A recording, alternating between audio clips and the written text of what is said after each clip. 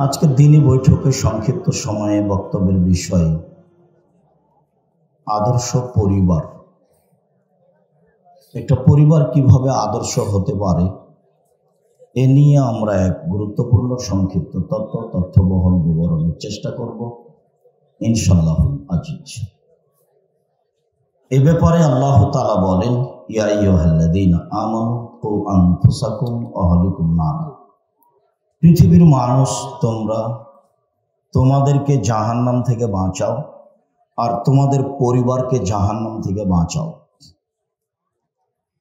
মরণের পরে কবর যত কঠিন, কিয়ামত তার চেয়ে অনেক বেশি কঠিন।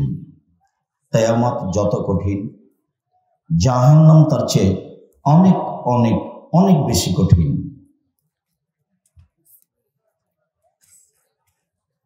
আয়েশা রাদিয়াল্লাহু তাআলা আনহা বলেন, আল্লাহর নবী সালাতে এমন কোনোদিন হয়নি যে এই দোয়াটা না পড়ে তিনি সালাম ফিরেছেন। সেটা কি?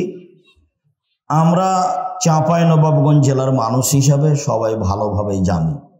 সেটা হলো দোয়ায়ে মাসুরার দ্বিতীয় অংশ, আল্লাহুম্মা ইন্নী আউযু বিকা মিন আযাবি জাহান্নাম। আল্লাহ, তোমার কাছে জাহান্নামের শাস্তি থেকে বাঁচতে চাচ্ছি। ওয়া আউযু বিকা মিন আযাবিল কবর, তুমি আমাকে কবরের শাস্তি থেকে বাঁচাও। ওয়া আউযু বিকা মিন ফিতনাতিল মাসিহিদ দাজ্জাল, তুমি দাজ্জালের ফিতনা থেকে বাঁচাও।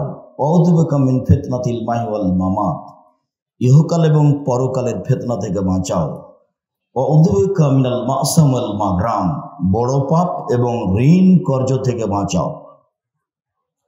রাসূল সাল্লাল্লাহু আলাইহি সাল্লাম দিন রাত যেসব জিনিসগুলি থেকে বাঁচতে চাইতেন তার একটি হলো জাহান্নাম, একটি হলো কবরের শাস্তি, আর একটি হলো উল্লেখযোগ্য বড় পাপ ও ঋণ কর্জ।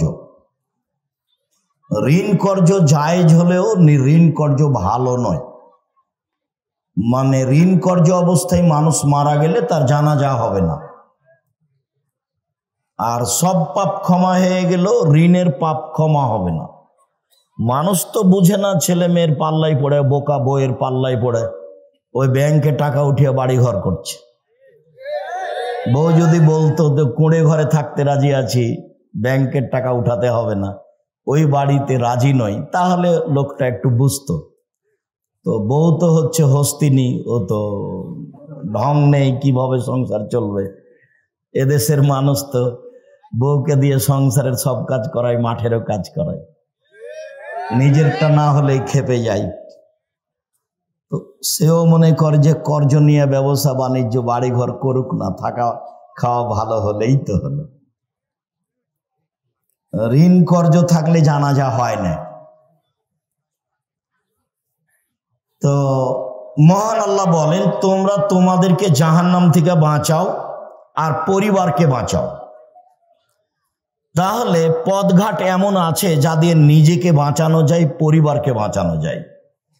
আজকের জন্য নিজেকে বাঁচানোর ব্যাপারে অল্প একটু কথা। উকবা ইবনে আমের রাদিয়াল্লাহু তাআলা আনহু বলেন, আমি একদা আল্লাহর নবীকে বললাম, মান নাজাত, জাহান্নাম থেকে বাঁচার পথ কি? এটাই জিজ্ঞাসা। এই ছেলে, অপ্রয়োজনীয় কথা কি বলছো? চুপ থাকো। কেউ কষ্ট দেখ, কিছু বললো, ধৈর্যের পরিচয় দাও। ধৈর্য যেন ঘোড়ার ডিম না হয়। মানে ধৈর্য একটা জিনিস,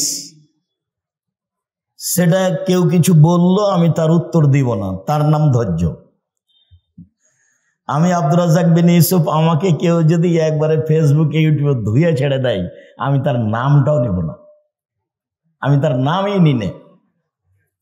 আমার জীবনে আমি কোনোদিন মাযহাব নিয়ে কথা বলিনি, মাযহাবের পাতা ছিঁড়ে দিয়েছি। আর আমি কোনোদিন কারোর বিরুদ্ধে কথা বলিনি, সে যাই বলুক। আমি তার বিরুদ্ধে কথা বলা প্রয়োজন মনে করি না।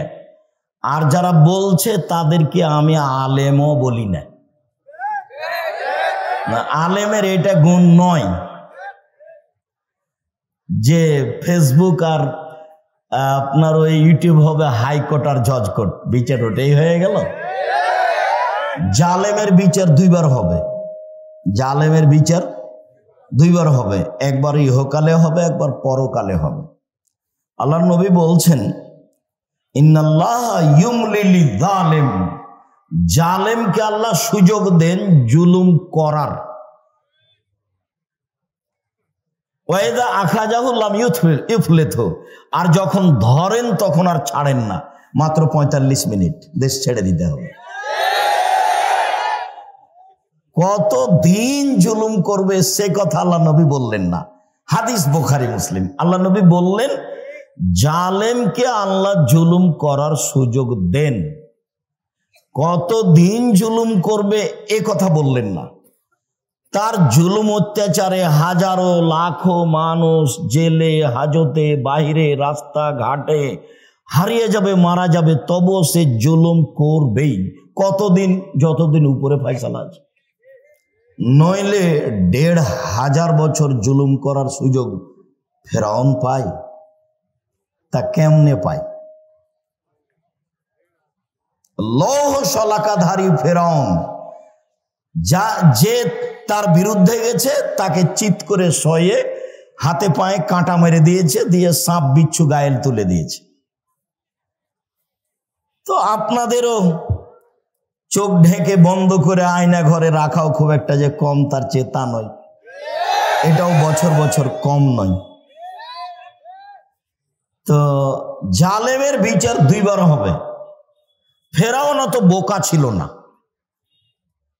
পানি দুই দিকে দাঁড়িয়ে আছে, যেখানে পানির গভীরতা 1 কিলোমিটার সেখানে পানির পাহাড়ের উঁচুতা 1 কিলোমিটার, যেখানে পানির গভীরতা 10 কিলোমিটার সেখানে পানির পাহাড়ের উঁচুতা কত?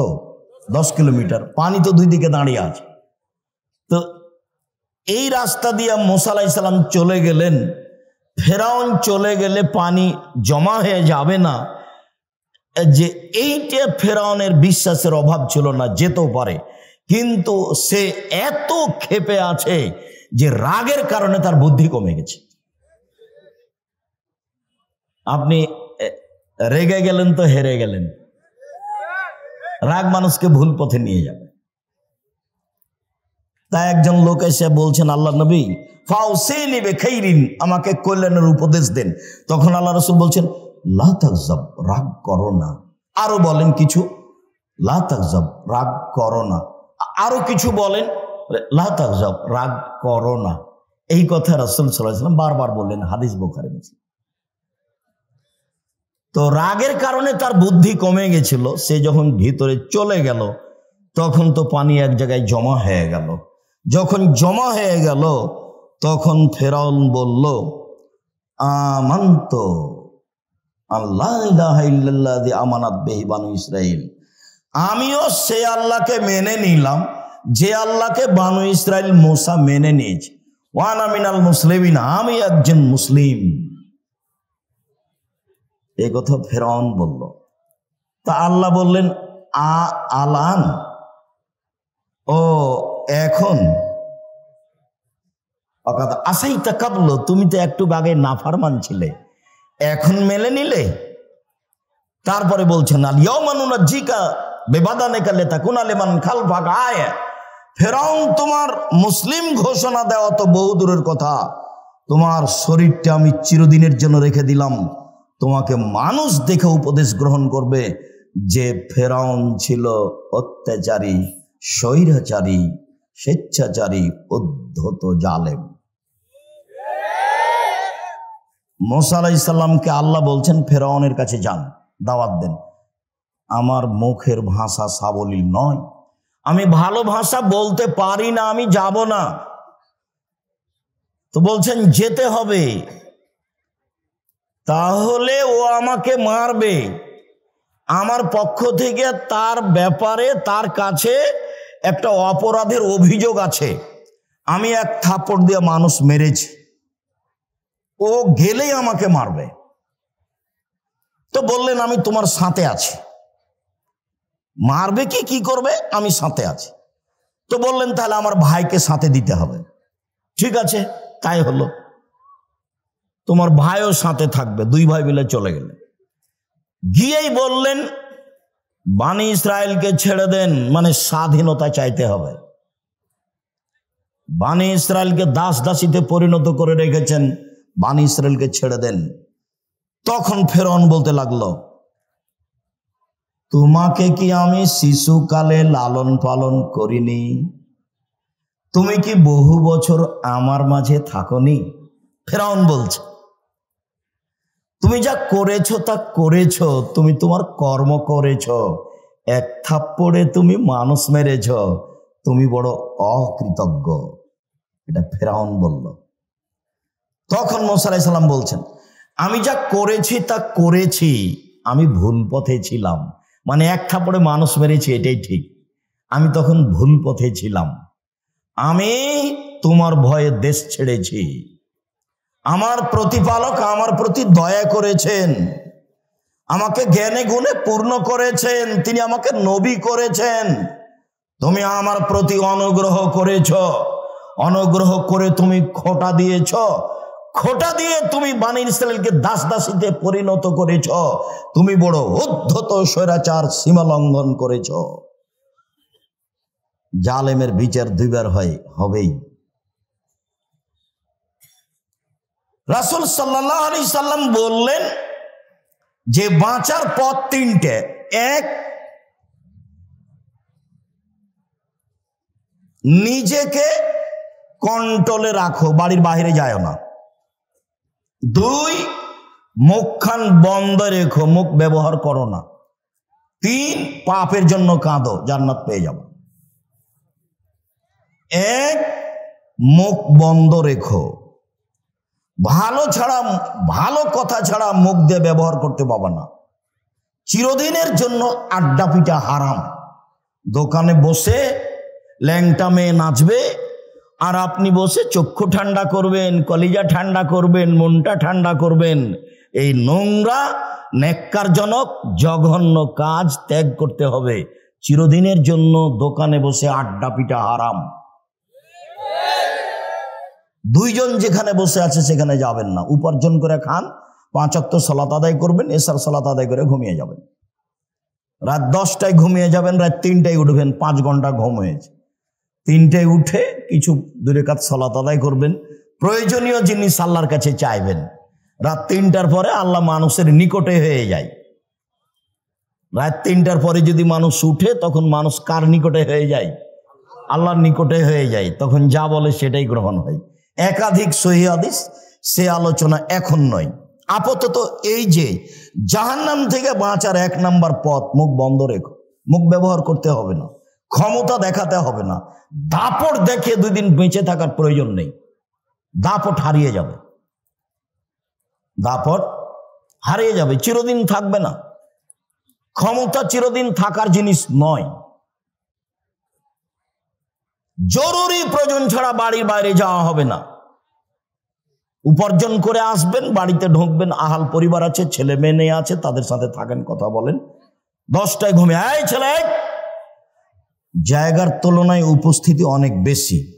আমি আপনাদেরকে আন্তরিকভাবে অনুরোধ জানাচ্ছি, আমাকে দেখতে পান আর না পান, দয়া করে মুখখান বন্ধ রাখেন কিছু সময়। আপনাকে আমি জোরালোভাবে আন্তরিকভাবে অনুরোধ জানাচ্ছি, আমি আপনার জন্য এসেছি। আপনার আমি কিছু না কিছু উপকার করবই করবো ইনশাআল্লাহ। আপনি দয়া করে কোনো সুবিধা নিতে চায়েন না, এখন এরা আপনাকে সুবিধা দিতে পারবে না। কাজে আপনি মুখখান বন্ধ রাখলে আরো 5 জন কিছু শুনবে, আপনিও কিছু শুনবেন। আর এখন যদি আপনি আপনার প্রয়োজন মিটান বা দোকান পাশে বসে কথা বলেন, তাহলে আপনার এই চরিত্রকে আমি ঘৃণা করি। আমি আব্দুর রাজ্জাক বিন ইউসুফ, চাঁপাইনবাবগঞ্জের মানুষ, মানে আমি আপনার কাছের মানুষ। আমি আপনার কাছে সবচেয়ে ভালোবাসা পাওয়ার হক রাখি। আমি আপনার কাছে সবচেয়ে বেশি দিন প্রচার করার অধিকার রাখি, এবং আপনি দিন ধর্মের ব্যাপারে আমার সাথেই পরামর্শ করবেন, এটা আমার আন্তরিক দাবি। আমি তাতে বলেছি, জাতির যদি রাস্তাঘাট করে দিতে না পারি, জাতির যদি স্কুল কলেজ করে দিতে না পারি, জাতিকে চূড়ান্ত সঠিক ধর্ম দিতে পারবো ইনশাআল্লাহ। ধর্মের ব্যাপারে জাতিকে ফাঁকি দিয়ে পরকাল হারাতে রাজি নই। আমি অন্য কাজ করি না, দিন রাত যেটা কাজ করি, 1 নম্বর কাজ হলো শিক্ষকতা করা। একবারে ক্লাসের যেটা শেষ কিতাব বুখারী সেটা পড়াই। 2 নম্বর কাজ হলো ফতোয়া লেখা। আমি শরীয়ত মোটামুটি বুঝি মানুষ হিসেবে, তবে মানুষ ভুলের ঊর্ধ্বে নয়।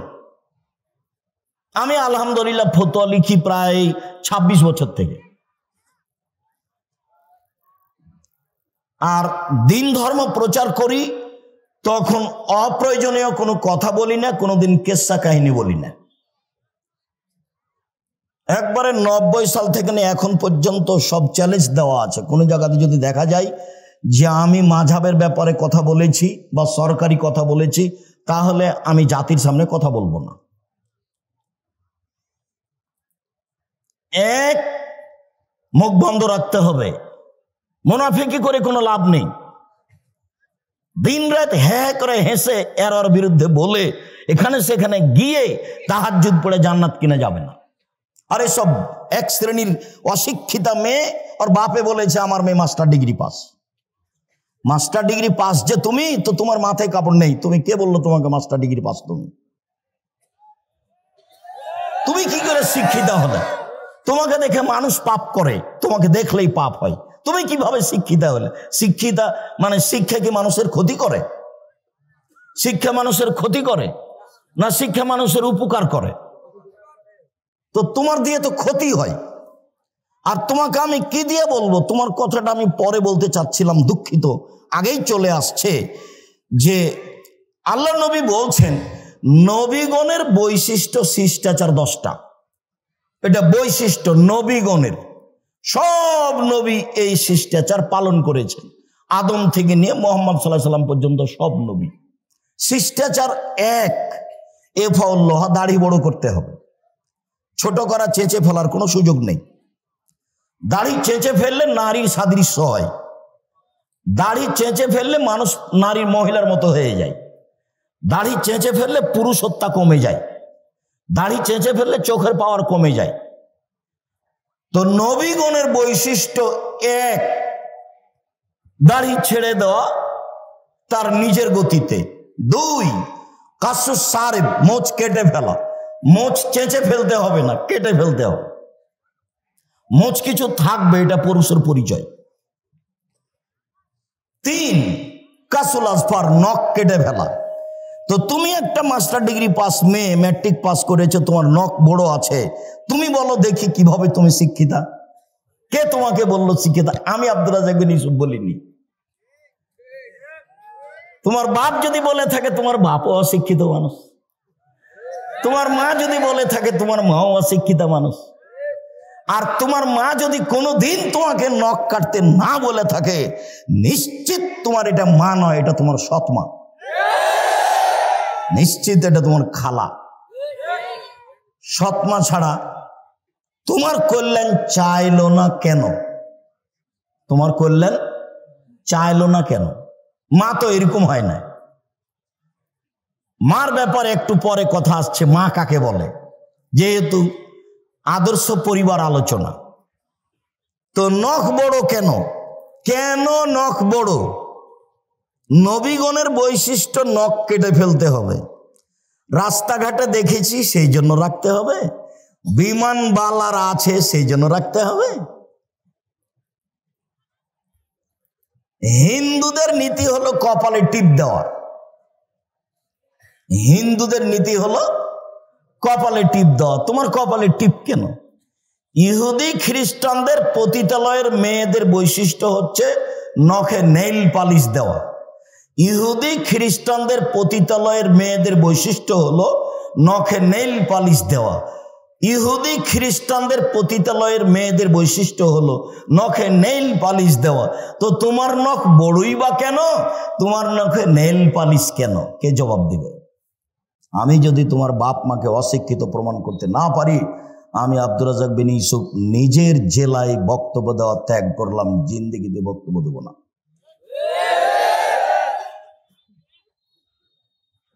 শিক্ষিত হও, চেষ্টা কর। মানুষই চেষ্টা করতে পারে, গরু ছাগল নয়। পশু প্রাণী পারে না। নাতফুল এবেদ, বগলের লোম উঠিয়ে ফেলতে হবে। নারী পুরুষ একই হুকুম, বগলের লোম কেটে ফেলার কোনো সুযোগ নেই। যেভাবে সম্ভব, যেভাবে সহজ করেন, উঠে ফেলতে হবে। হালাকুল আনাত, নিচের লোম পরিষ্কার করতে হবে, ঊর্ধ্বে টাইম 40 দিন। যেভাবে সহজ, যেভাবে সম্ভব। পুরুষ নারী একই হুকুম। সব এগুলো নবীগণের বৈশিষ্ট্য। পেশাব পায়খানার পরে পানি দিয়ে পবিত্রতা অর্জন করতে হবে। পানি না থাকলে ঢেল টিস্যু পেপার, পানি আছে তখনও কেউ যদি ঢেল টিস্যু পেপার নেই তাহলে সে রাসূলকে অপমান করল। আর যারা বুঝেছে যে আগে ঢেল টিস্যু পেপার পানি পরে পবিত্রতার জন্য, তারা রাসূলের সাথে অন্যায় আচরণ করেছে। 40 কদম হাঁটার তো কোনো প্রশ্নই আসে না। পায়ের উপরে পা উঠিয়ে খক খক করে কাশার তো কোনো প্রশ্নই আসে না। আমি 1 মিনিটের জন্য ধরে নিলাম, এই ছেলে প্রস্তুত থাকো, কথা যেন কোনোটা মিস না হয়। শোনো, পবিত্রতা তো ভালো কাজ, তো স্বামী 40 কদম হাঁটবে পবিত্রতার জন্য ঢেল নিয়ে, স্ত্রীকে ঢেল নিয়ে 40 কদম হাঁটা লাগবে না? ধর্ম কি একজনের জন্য? স্ত্রীকে পায়ের উপরে পা উঠাতে হবে না? স্ত্রীকে পবিত্রতার জন্য খক খক করে কাশতে হবে না? ভুল হিসাব। রাসূলের কাছে থাকেন, পথ সহজ হবে। বলছে আব্দুর রাজ্জাক সাহেব, বেশ কিছুক্ষণ ঢেল নিয়ে থাকার পরে থাকি এই জন্য যে পেশাব আসছে বলে মনে হয়। 40 ঘন্টা পরে যদি আপনি টিস্যু ফেলেন তবুও মনে হবে যে পেশাব আসলো মনে হয়। কেন? শয়তান এখন আপনাকে বোকা বানিয়েছে। আল্লাহর নবী বলছেন যে মসজিদ থেকে বের হবা না বায়ুর শব্দ স্পষ্ট কানে না শুনলে, আর বায়ুর গন্ধ স্পষ্ট নাকে না আসলে। কেননা শয়তান পেশাব পায়খানা রাস্তায় চলাচল করে। তুমি যদি সন্দেহের মধ্যে পড়ো তাহলে শয়তান তোমাকে বোকা বানাবে। আপনি এখন বলেন যে পেশাব এসে যদি কাপড় ভিজে যায় তবু আর উজু করবো না, এই সর সর শয়তান সর, কাপড় ভিজে যাক তুই সর এখান থেকে, তারপরে কোনো কথা, নইলে আপনি টিকতে পারবেন না। পাপের জন্য কাঁদুন, কথা এখানে সংক্ষিপ্ত করছি, একটা কথা থাকলো, পাপের জন্য কাঁদুন। রাসূল সাল্লাল্লাহু আলাইহি সাল্লাম বলেন, লা ইয়ালিজার রাজুলুন নারা বাকা মিন খাশিয়াতিল্লাহ হাত্তা ইয়ালিজাল লাবানু ফি দারে। গাভীর বাঁট ওলান থেকে চাপ দিয়ে দুধ বের করে ভিতরে ঢোকানো যায় না যেমন, আল্লাহর ভয়ে কাঁদে যে সে জাহান্নামে যাবে না তেমন। এই ছেলে দেখো তো, ওই যে বাচ্চাগুলি কথা বলছে, তোমরা যারা আমাদের এখানে সহযোগিতা করতে এসেছো, ওই বাচ্চাগুলোকে একটু তোমরা কন্ট্রোল করো না। ও তো আমার অসুবিধা করছে, আরো তো 5 জনের অসুবিধা করতেই পারে। আর তোমরা যারা এই পাড়ার ছেলে, আজকে তো তোমরা বক্তব্য শুনতে পাবা না, আজকে আমাদের সহযোগিতা করো। গাভীর বাঁটে ওলানে চাপ দিয়ে দুধ বের করে ভিতরে ঢোকানো যেমন অসম্ভব, আল্লাহর ভয়ে কাঁদে যে তার জাহান্নামে যাওয়া তেমনি অসম্ভব। জান্নাত পাওয়ার সুবিধাজনক একটা বিশাল বড় পয়েন্ট, সেটা হলো রাতে আল্লাহর ভয়ে কাঁদা। আর যখন আল্লাহ নবী বলেছেন যে আল্লাহর কাছে 4টা জিনিস সবচেয়ে প্রিয়, তার 1 নম্বরে যেটা আছে সেটাই সহজ, বাকি 3টাই কঠিন। 1 নম্বরে আছে যে আল্লাহর ভয়ে 1 ফোঁটা চোখের পানি, এটা আল্লাহর কাছে যত প্রিয়, হজ তত প্রিয় নয়, রামাজানে শ্যাম তত প্রিয় নয়, তাসবিহ তাহলিল জিকির আজকার তত প্রিয় নয়। 1 ফোঁটা চোখের পানি আল্লাহর কাছে যত প্রিয়। নিজেকে জাহান্নাম থেকে বাঁচাও, আল্লাহর ঘোষণা। আপাতত আজকের মতো জাহান্নাম থেকে বাঁচার 3টে পথ বলে গেলাম, 1 হাদিস থেকে, মনে থাকবে না মনে হয়। 1, মুখ বন্ধ রাখতে হবে। 2, জরুরি প্রয়োজন ছাড়া বাইরে যাওয়া যাবে না। তাই বলা হয়েছে দোকানে বসে আড্ডা পিটা হবে না। দোকানেতে ল্যাংটা মেয়ে নাচে, সেটা কেন এখানে? সেটা কেন? আল্লাহ নবী মুহাম্মদ সাল্লাল্লাহু আলাইহি সাল্লাম বলেছেন, লা ইয়াকুনান্না ফি হাযিল উম্মাহ খাসফুন ওয়া মাসখুন ওয়া কাযফুন। আমার উম্মতের উপরে তিনটা বিপদ নেমে আসবে। এক, ভূমিকম্প হবে। দুই, আকার আকৃতি পরিবর্তন হবে। সন্ধ্যায় থাকবে মানুষ, সকালে হবে সোর বানর, একবারে হুবাহু সোর হয়ে যাবে। আমার উম্মতের উপরে তিনটা বিপদ নেমে আসবে তিনটা পাপের কারণে। এক, ভূমিকম্প হবে। দুই, আকার আকৃতি পরিবর্তন হবে। সন্ধ্যায় ছিল মানুষ, সকালে হবে সোর বা বানর। তিন, সমস্যা নেমে আসবে। মসজিদে মারামারি, মাদ্রাসায় মারামারি, রাস্তাঘাটে কেউ কাউকে মানে না, জিনিসের দাম বেড়ে যায়, কোনো জিনিস কন্ট্রোলে নেই, সমস্যা নেমে আসবে। পাপ তিনটা।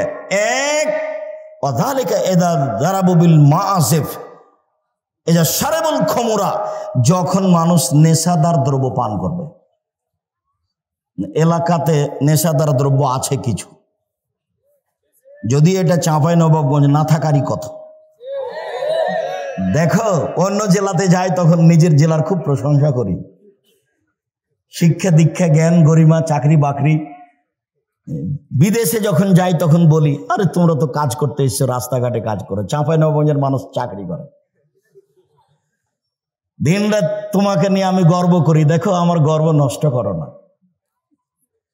বিড়ি তামাক জর্দা সিগারেটকে চিরদিনের জন্য একবারে করে দাও, হারাম করে দাও, ও যেন তোমাকে দমাতে না পারে। একবারে শক্ত অবস্থানে যাও। বিড়ি তামাক জর্দা সিগারেট গুলো নেশাদার দ্রব্য চিরদিনের জন্য হারাম।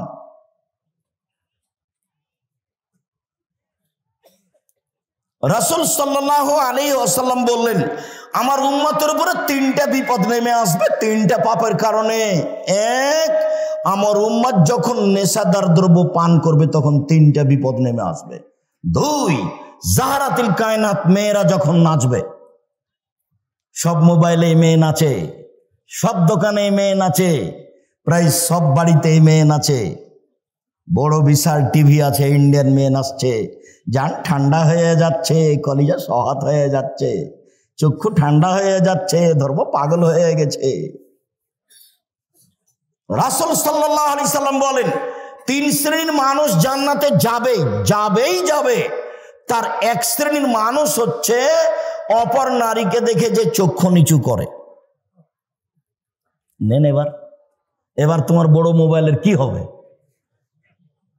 আমার কাছে একটা বাটন ছোট মোবাইল আছে, রিং হলে আমি শুধু অন করতে পারি।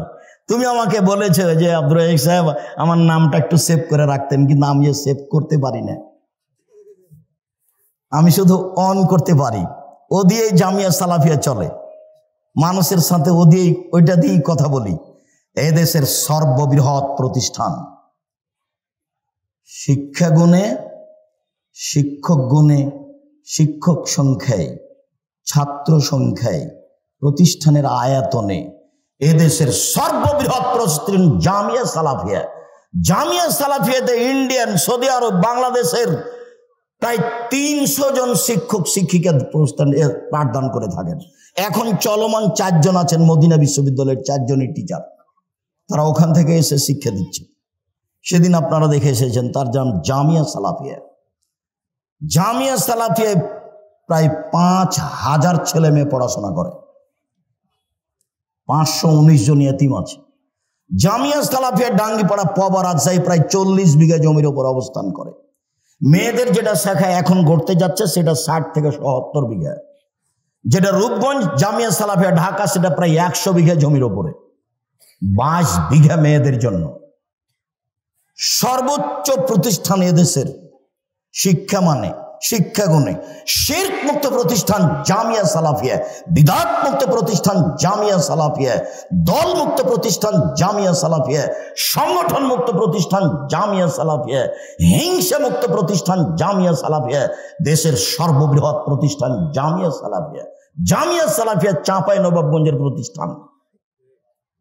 চাঁপাইনবাবগঞ্জের লোক এটা করছে, চাঁপাইনবাবগঞ্জের লোকের জন্য এটা গৌরব। অতএব আমি আপনার ছেলের সার্বিক কল্যাণ কামনা করি, এ কথাই ঠিক। সম্মানিত দ্বীনী ভাই বোন, রাসূল সাল্লাল্লাহু আলাইহি সাল্লাম বললেন, মেয়েরা যখন নাচবে তখন তিনটা বিপদ নেমে আসবে। 2 3 ওয়াজারাবু বিল মাযিফ, যখন বাদ্যযন্ত্র প্রকাশ পাবে তখন তিনটা বিপদ নেমে আসবে। সব বাড়িতেই বাজনা বাজে, সব দোকানেই বাজনা বাজে, সবার কানেই বাজনা চলে, ল্যাংটা মেয়ে নাচে সবার কানে। আল্লাহ নবী বললেন, যখন মানুষ উজু করে মুখমণ্ডল ধয় তো মুখমণ্ডলে যা পাপ হয়েছে সব পাপ পানির সাথে, পানির শেষ ফোঁটার সাথে ঝরে যায়। মুখমণ্ডলে কি পাপ হয়? আল্লাহ নবী বলছেন, আইনানে তাজনের জেনা হুমান নাজরো, 2 চোখের জেনা হচ্ছে চোখ দিয়ে দেখা। অলাইনানে জেনা হুমাল ইস্তেমাও, 2 কানের জেনা হচ্ছে কান দিয়ে শোনা। অল মুখ অল ফাম জেনাহার নতক, মুখের জেনা হচ্ছে কথা বলা। এগুলো সব মুখমণ্ডলে আছে। এগুলো বড় বড় জেনার মাধ্যম, কান জেনার মাধ্যম, চক্ষু জেনার মাধ্যম, মুখ জেনার মাধ্যম। বুঝুনি তুমি? না বুঝে তুমি মেয়েটার সাথে দিন রাত গল্প করো প্রেমের জেনার, তুমি মনে করো কেউ দেখে না। ভুল হিসাব তোমার। তুমি মারিয়ামের মতো ভুলে যাও। মারিয়াম বলেছিল, কুনতু নাসিয়া মানসিয়া, আমি জাতির কাছে এমন হতে চাই, আমি মারিয়াম, এটা কেউ জানবে না যে আমি মারিয়াম। কেন? আমি যদি বাচ্চা নিয়ে গ্রামে যাই তাহলে জনগণ বলবে, ছি ছি ছি ছি ছি, তুমি জেনা করে বাচ্চা নিয়ে এসেছো। তুমি বাইতুল মুকাদ্দাসে মসজিদে থাকো, মসজিদ ঝাড়ু দাও, তুমি এমন কাজ করো, আমি কি দিয়ে বুঝাবো গ্রামবাসীকে? বাচ্চা নিয়ে গ্রামে ঢুকলেন, তখন গ্রামের লোকেরা বলল, ছি ছি ছি ছি ছি ছি ছি, তোমার মা ভালো, তুমি এত খারাপ। ছি, তোমার বাপ ভালো, তুমি এত খারাপ। তো আমি মারিয়াম নাসিয়া মানসিয়া হয়ে যেতে চাই, কেউ যেন না জানে আমাকে। ওই মেয়েটার নাম্বার তুমি চিরদিনের জন্য ভুলে যাও। মেয়েটা যে কে এটা তুমি ভবিষ্যতেও মনে রাখবা না, কোনো দিন মনে রাখবা না। নইলে ও তোমাকে ধ্বংস করবে, তোমার বাপকে ধ্বংস করবে, তোমার বংশকে ধ্বংস করবে, তোমার জাতিকে করবে। তুমি সেখান থেকে ফিরে আসো 1 মিনিট, তোমাকে এখানে বাস্তব দেখায়। জুলাইখায় দরজা বন্ধ করেছিল সব। জুলাইখা সব দরজা বন্ধ করে বলেছিল ইউসুফকে, হাই তালাক, এইসব তুমি আমার সাথে জেনায় লিপ্ত হও। তখন ইউসুফ বলেছিলেন, মাযাল্লাহ, আমি আল্লাহর কাছে আশ্রয় চাচ্ছি। বলো কি তুমি? ইন্নাহু রাব্বি হাসানা মাসায়া, আরে তোমার স্বামী আমার মালিক, আমাকে ভালো থাকতে দিয়েছেন, আমাকে ভালো খেতে দিয়েছেন, আমি এই অন্যায় কেমনে করি? তোমার স্বামী আমার মালিক। জুলাইখা, তোমার স্বামী আমার মালিক, আমাকে ভালো থাকতে দিয়েছেন, ভালো খেতে দিয়েছেন, আমি ওই অন্যায় কেমনে করতে পারি? মাযাল্লাহ, আমি আল্লাহর কাছে আশ্রয় চাচ্ছি। এই বলে তিনি দিলেন দৌড়। তখন দরজা খুলে বের হয়েছেন, এটা বোঝা যায় না। তিনি যখন শেষ দরজায় বের হয়েছেন, পিছনে আছে জুলাইখা, সামনে পড়ে গেল জুলাইখার স্বামী। এক জায়গায় 3 জন। জুলাইখার স্বামী, জুলাইখা, ইউসুফ আলাইহিস সালাম। সামনে পড়তেই জুলাইখা বলল, এই দেখেন, কথা উল্টে দিচ্ছে। জুলাইখা বলল, এই দেখেন, আপনি যাকে বাড়িতে রেখেছেন সে আপনার স্ত্রীর সাথে জেনা করতে চায়। এত খারাপ মানুষ আপনি বাড়িতে রাখেন, এর কি শাস্তি হতে পারে? আরে আপনি কি শাস্তি উল্লেখ করবেন? আমি জুলাইখা বলছি, একে যথাযথ পিটন দিতে হবে, নইলে জেলখানায় বন্দি করতে হবে। 12 বছর জেল হলো।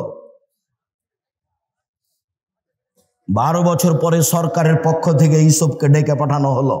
ইউসুফ বললেন, জি না, আমি জেল থেকে বের হব না যতক্ষণ পর্যন্ত জুলাইখা জাতির সামনে ঘোষণা না দিবে আমি জুলাইখা অন্যায় করেছি, ইউসুফ করেনি।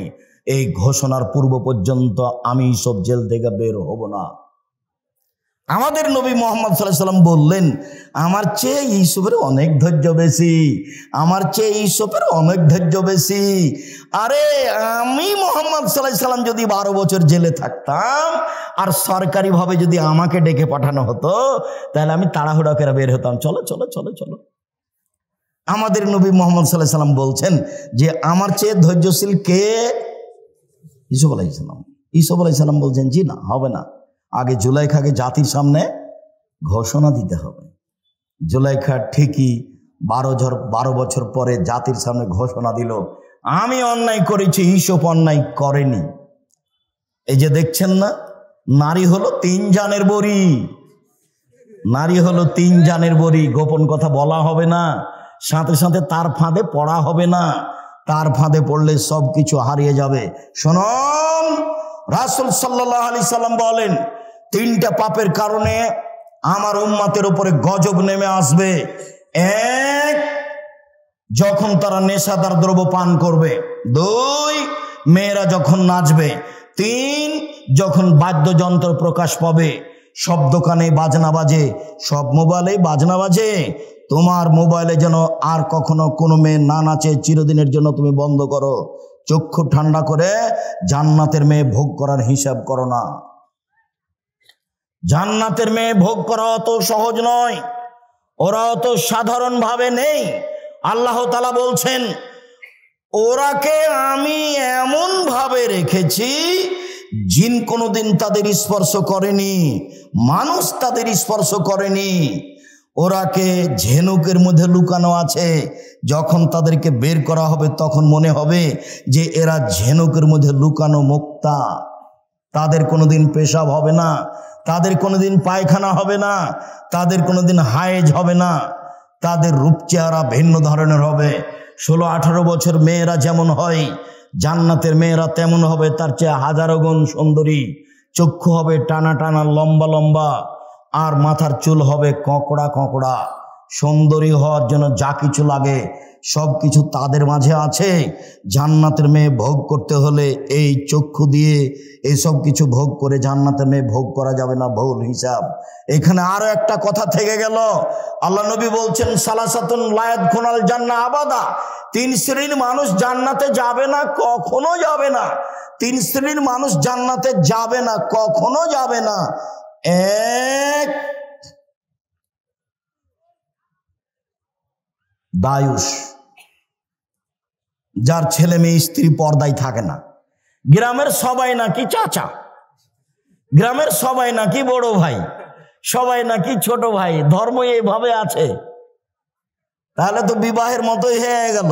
থুবড়া খাওয়াচ্ছে, তখন ওই লোকটার সামনে মেয়েটা বসে আছে, এটা তো চাঁপাইনবাবগঞ্জ। তো মেয়েটা বসে আছে আর ওই লোকটা তার মুখে ক্ষীর তুলে দিচ্ছে। কত নোংরা নীতি বিবাহের, ছি ছি ছি ছি ছি। বইয়ের মুখে ক্ষীর তুলে দিতে হয়, বইয়ের মুখে দিতে হয়। ও কি বউ? ওই মেয়েটার বিবাহ হবে, তাই থুবড়া, তাই সবাই গ্রামের লোক থুবড়া খাওয়াচ্ছে। আর মহিলাগুলো গীত বলছে আর বলছে টাকা দিলে মুখ খুলবো। থুবড়া চিরদিনের জন্য হারাম। থুবড়া শব্দর মুখের উপরে পেশাব করে দিতে হবে, দিয়ে বলতে হবে থুবড়া পৃথিবীতে নেই। 20 বছর পরে কেউ যদি বলে থুবড়া, তাহলে আর কেউ বলবে কি গো, থুবড়া কি জিনিস গো? আচ্ছা, থুবড়া শব্দ কি তাহলে ডিকশনারিতে দেখতে হবে নাকি, কি সেটা? এমন হতে হবে। যেমন ডুলি বিবি শব্দ চিরদিনের জন্য হারাম, ডুলি বিবি শব্দ একবারে ভুলে যেতে হবে, ডুলি বিবি কোনো শব্দই নেই। বিবাহতে গিয়ে মাঝা খরচ দিতে হবে, এটা হারাম। বিবাহতে ছেলের পক্ষ থেকে মেয়ের পক্ষ থেকে যা গেছে আপনার ওই ইয়েতে বরন্তাতে ক্ষীর কাঁচিতে ছেলের পক্ষ থেকে তার ডবল যাবে, এই নীতি হারাম। মেয়ের বাপকে সব কিছু বেশি দিতে হবে, এই নীতি হারাম। বড় মেয়েদের গীত গাওয়া, এই নীতি হারাম। বউ দেখতে যে টাকা দেওয়া, এই নীতি হারাম। চাঁপাইনবাবগঞ্জের বিবাহের শুরু থেকে শেষ পর্যন্ত একটা কাজ যায় যে একথা আমার জানা নেই। শুরু থেকে শেষ পর্যন্ত সবই হারাম। একটা কাজ জায়েজ আমি এই জেলার মানুষ হিসেবে আমার জানা নেই। যদিও এরা একটা কাজ মনে করে যে উকিল বাপ লাগে, উকিল বাপ লাগে। তো রংপুর, দিনাজপুর, লালমনিরহাট, নীলফামারী, কুড়িগ্রাম, পঞ্চগড়, ঠাকুরগাঁ এসব ডিস্ট্রিক্টের মানুষ মনে করে যে উকিল বাপ ধরাই লাগবে। আর চট্টগ্রামের লোক মনে করে যে উকিল বাপই হলো বাপ। আজ থেকে ওই হলো বাপ, ওই মেয়ের বাড়ি যাবে, ও আসবে, এই হলো বাপ ঘোষণা হয়ে গেছে। যাবে আসবে, যাবে আসবে, মরা পর্যন্ত হলো বাপ আর হলো বেটি। কেমন কথা, এ কোন ধরনের নোংরা নীতি? বিবাহের জন্য 4 জন সাক্ষী লাগে না 2 জন লাগে? 4 জন নয়, খাতা যে নিয়ম লেখা আছে ওটা হারাম। 2 জন সাক্ষী পক্ষে নয়। একটা বিবাহ জায়েজ হওয়ার জন্য কয়টা সাক্ষী? 2 জন। বাস, কোর্টের বিবাহ বাতিল। কোর্টে যদি বিবাহ হয় আর মেয়ে যদি 10 ছেলে হয়ে যায় তো 10টাই হারাম। 10 ছেলের মায়ের বিবাহ পড়াতে হবে। কাকে দিয়ে পড়াতে হবে? ওর বাপকে। বলো ওর বাপ মারা গেছে। তো ওর ভাই, বলো ওর বড় ভাই মারা গেছে। বলো ওর ছোট ভাই, ছোটটাও মারা গেছে। কে আছে? যেগুলো ছেলে জন্ম নিয়েছে সেগুলো আছে। ওর মা আর বিবাহ পড়ায়।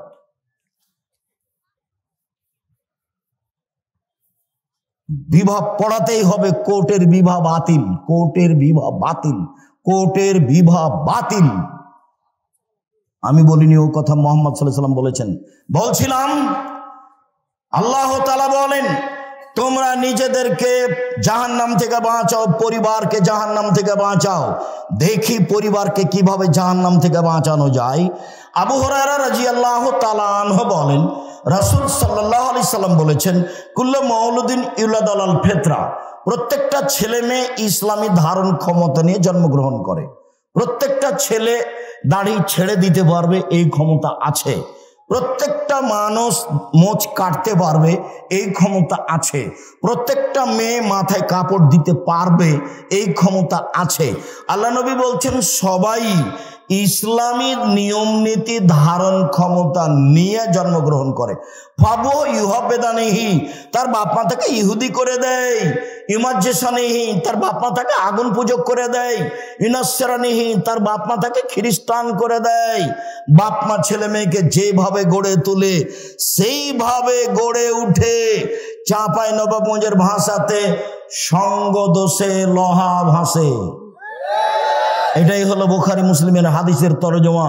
সঙ্গ দোষে লোহা ভাসে। এবার তুমি বলো, মেয়েটা ক্লাস 10-এ পড়ে, তার মাথায় কাপড় নেই, এই কাজটা কে করেছে? ওর মা। আমি বলছি ওটা ওর মা নয়, ওটা ওর সৎ মা।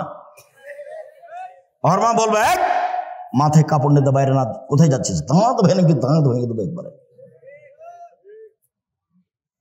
ওর মা সব সময় গরম হয়ে থাকবে তার বাচ্চার উপরে। হ্যাঁ, কোথায় গেছিলি এখন? এতক্ষণ গেছিলি কোথায়? ও তো পাহারাদার, আল্লাহ রাসূল বলছে। সঙ্গ দোষে লোহা ভাসে, এটা বুখারী মুসলিমের হাদিসের সারমর্ম কথা। বাপ মা যদি ইহুদি হয়, ছেলে মেয়ে ইহুদি হয়ে গড়ে উঠবে। বাপ মা যদি খ্রিস্টান হয়, ছেলে মেয়ে খ্রিস্টান হয়ে গড়ে উঠবে। বাপ মা যদি আগুন পূজক হয়, ছেলে মেয়ে আগুন পূজক হয়ে গড়ে উঠবে। শুনুন, অনেকদিন বলা আছে 2টা মেয়ে একসাথে জন্ম নিয়েছে। 2জনই সুন্দরী, দেখতেও ভালো, মেধাও ভালো, একই সাথে জন্ম নিয়েছে, যমজ। একজনের বিবাহ হয়েছে কথার কথা আওয়ামী লীগের ছেলের সাথে, আর একজনের বিবাহ হয়েছে বিএনপি ছেলের সাথে। 2 বোনে এখন আর কথা বলে না। একসাথেই থাকতো, একসাথেই চলতো, একসাথেই খেত। ওর প্রতিক্রিয়া এর ভিতরে ঢুকেছে, ওর প্রতিক্রিয়া এর ভিতরে ঢুকেছে। এটাই শেষ পর্যন্ত হাদিস এরকমই থাকবে। এক খেয়ালে চেয়ে থাকবেন, আমি আপনার সাথে আছি কিছুক্ষণ। সম্মানিত দিনী ভাই বোন, আবু হুরায়রা রাদিয়াল্লাহু তাআলা আনহু বলেন, রাসূল সাল্লাল্লাহু আলাইহি সাল্লাম বলেছেন, কুল্লু নাফসিম মিন বানি আদম সাইয়্যিদ, আদম সন্তানের পুরুষ নারী সবাই দায়িত্বশীল। সবাই নিজের নিজের নিজ নিজ দায়িত্ব পালন করবে। আদম সন্তানের সবাই দায়িত্বশীল। তাহলে বাপ আর রাজুলু সাইয়্যিদ ফি বাইতি আহলিহি, বাপ হচ্ছে তার পরিবারের উপরে দায়িত্বশীল। বাপ হলো তার পরিবারের উপরে দায়িত্বশীল। ওয়াল মারআতু সাইয়্যিদাতু বাইতিহা, আর মহিলা হচ্ছে বাড়ির দায়িত্বশীলা। আল্লাহ নবী যখন বাপের কথা বললেন তখন বললেন পরিবার, আর যখন মায়ের কথা বললেন তখন বললেন বাড়ি। বাড়িটা সাজগোজ করে রাখবে মা, বাড়িটা সুন্দর করে গুটিয়ে রাখবে মা, ছেলে মেয়েকে দেখাশোনা করবে মা, স্ত্রী সহ পুরো পরিবার কন্ট্রোল করবে বাপ। ও হলো এই পরিবারের মালিক। আর একজন কি করলো সেটা আপনার দেখার প্রয়োজন নেই। আপনি কি করছেন? আপনি পরিবারকে জাহান্নাম থেকে রক্ষা করুন, আপনি পারবেন। ছেলের দাড়ি চাঁচা আছে, জবাব আপনাকে দিতে হবে। ছেলের টাকনোর নিচে প্যান্ট আছে, জবাব আপনাকে দিতে হবে। আপনার বাড়িতে একটা কে নিয়ে এসেছেন পট, বাচ্চার পায়খানা করা পট, সেটা হলো ঘোড়া, জবাব আমি দিব? এই বাড়িতে তো ফেরেশতা আসবে না। আপনি এই পট কিনলেন কি করে? এই পট যদি আমাদের বাড়িতে যায় তাহলে প্রথমত মাথাটা কেটে দেওয়া হবে, যদি না হয় ফেরত দেওয়া হবে, যদি না হয় তাহলে মাটিতে পুঁতে দেওয়া হবে। আপনার স্ত্রী কি দায়িত্ব পালন করে?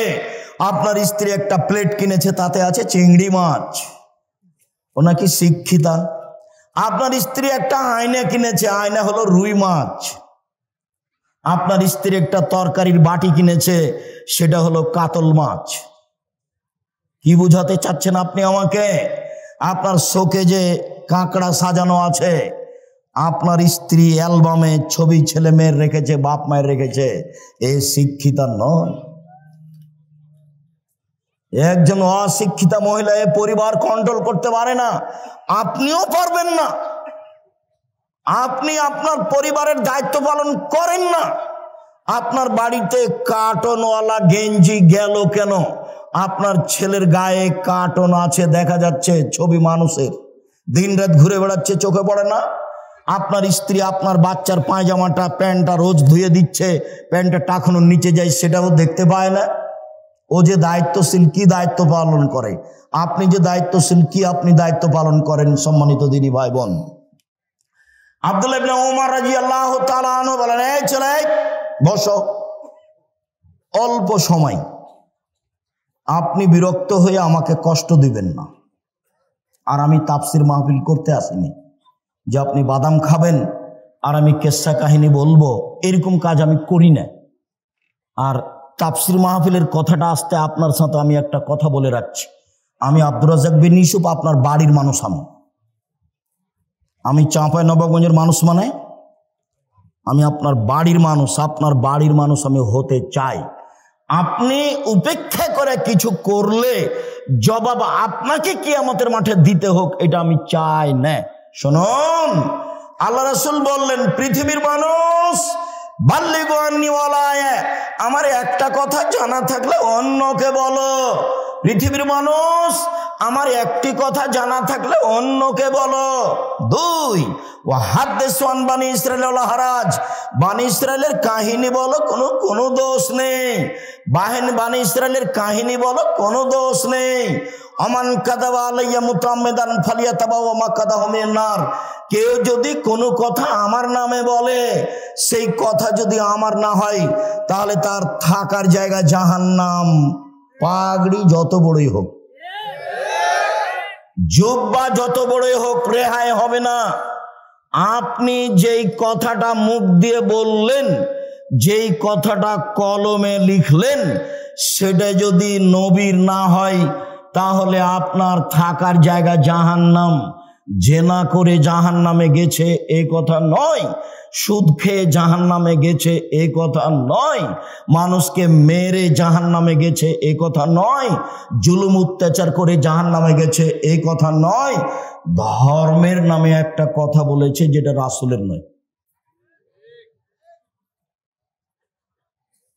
আমি আপনাকে শতদিন বলেছি, আমার চাচাতো ভাই চাঁপাইনবাবগঞ্জ শহরের ওই পাশে বক্তব্য শুনতে এসে আমাকে বাড়িতে গিয়ে বলছে যে তাফসির যে করলো, সে কি তাফসির, ওগুলো তোরা জানিস না। ভাইজান কি বললো? ও ছাড়, ওগুলো তোরা পারবি না। আচ্ছা বলেন, আমি একটু শুনি, কি করলে একটু বলেন না। তখন বলছে, জীবনে ওই সব তাফসির শুনিসনি। আচ্ছা শুনিনি বলেন তো। বলছে যে আদম আলাইহিস সালাম ঘুম থেকে উঠে দেখেন পাশে একজন সুন্দরী মহিলা। তো আদম আলাইহিস সালাম হাত বাড়ালেন, তখন ফেরেশতা বলছেন থামেন। তো আদম আলাইহিস সালাম বলছেন কেন? বলে মোহর দিতে হবে। মোহর আবার কি? তো বলছে যে মুহাম্মাদের নামে 10 বার দুরূদ পড়ে দিতে হবে, সেইটা হলো মোহর। আল্লাহ বলছেন যে আদম আলাইহিস সালাম সবচেয়ে বড় শিক্ষিত পৃথিবীতে। কেন? আল্লাহ বলছেন আমি আদমকে কি করেছি, সব কিছু শিখিয়ে দিয়েছি। এমন কোনো কিছু পৃথিবীতে ছিল না, এখন নেই, কিয়ামত পর্যন্ত হবে না, যেটা আদম জানতেন না। আদম আলাইহিস সালাম পৃথিবীতে সবচেয়ে বড় শিক্ষিত। এত বড় শিক্ষিত মানুষ বউখান কিভাবে হালাল করতে হবে সেটাই জানেন না। মোহর না দিয়েই হাত বাড়াতে গেলেন, ফেরেশতা বললেন থামেন। আদম আলাইহিস সালাম বললেন কেন? মোহর দিতে হবে। মোহর আবার কি জিনিস? মুহাম্মাদের উপরে 10 বার দরুদ পড়ে দিতে হবে, 1000 বার দরুদ পড়ে দিতে হবে। আমি কিয়ামত পর্যন্ত সময় দিয়েছি, কিয়ামত মানে আমার মরা পর্যন্ত। যেমন কোরআন মাজিদের গায়ে শরীফ লিখা আছে, আমি সময় দিয়েছি কিয়ামত পর্যন্ত, না আমার মরা পর্যন্ত। কোরআন মাজিদের শেষে 1 পৃষ্ঠা দোয়া লিখা আছে, দোয়া খাতমুল কোরআন। আমি বলেছি নবীর নয়, এটা মানুষের বানানো। সময় দিয়েছি কিয়ামত পর্যন্ত, না আমার মরা পর্যন্ত। আপনি মনে কষ্ট নিয়েন না, আমি আপনার ভাই। আপনি মনে কষ্ট নিয়েন না, আমি আপনার ভাই। আপনি মনে কষ্ট নিয়েন না, আমি আপনার ভাই, আমি আপনার ছেলে। আপনার বাড়িতে লেখাপড়া করে আমি মানুষ হয়েছি, আপনার সামনে আমি হক কথা বলবো, এটা আমার অধিকার আছে। আপনি যদি কিছু মনে করেন আমি দুঃখিত, আপনি দায়িত্ব পালন করেননি। এই জন্য মকসুদুল মুমিনিন বইয়ে প্রথমে লেখা আছে 1 ওয়াক্ত নামাজ কাজা করলে 80 হোক বা জাহান্নামে থাকতে হয়। প্রমাণ করেন দেখি, প্রমাণ করেন দেখি। বইয়ের এক জায়গাতে হেডলাইনে লেখা আছে অবিবাহিত ছেলে মেয়ের পড়া নিষেধ। অবিবাহিত ছেলে মেয়ের পড়া নিষেধ। যে দেখে সেই পড়ে, যে দেখে সেই পড়ে, যে দেখে সেই পড়ে। আমি নিজে পড়ে দেখলাম, আমি নিজেও পড়ে দেখলাম, দেখি কি আছে। আমি তো বিবাহিত মানুষ, আমি তো আর নায়ের মধ্যে নেই, তা আমি পড়ে দেখলাম। এখন লেখা আছে ভরা পেটে স্ত্রী মিলন হলে ছেলে ভ্যাংচা হয়,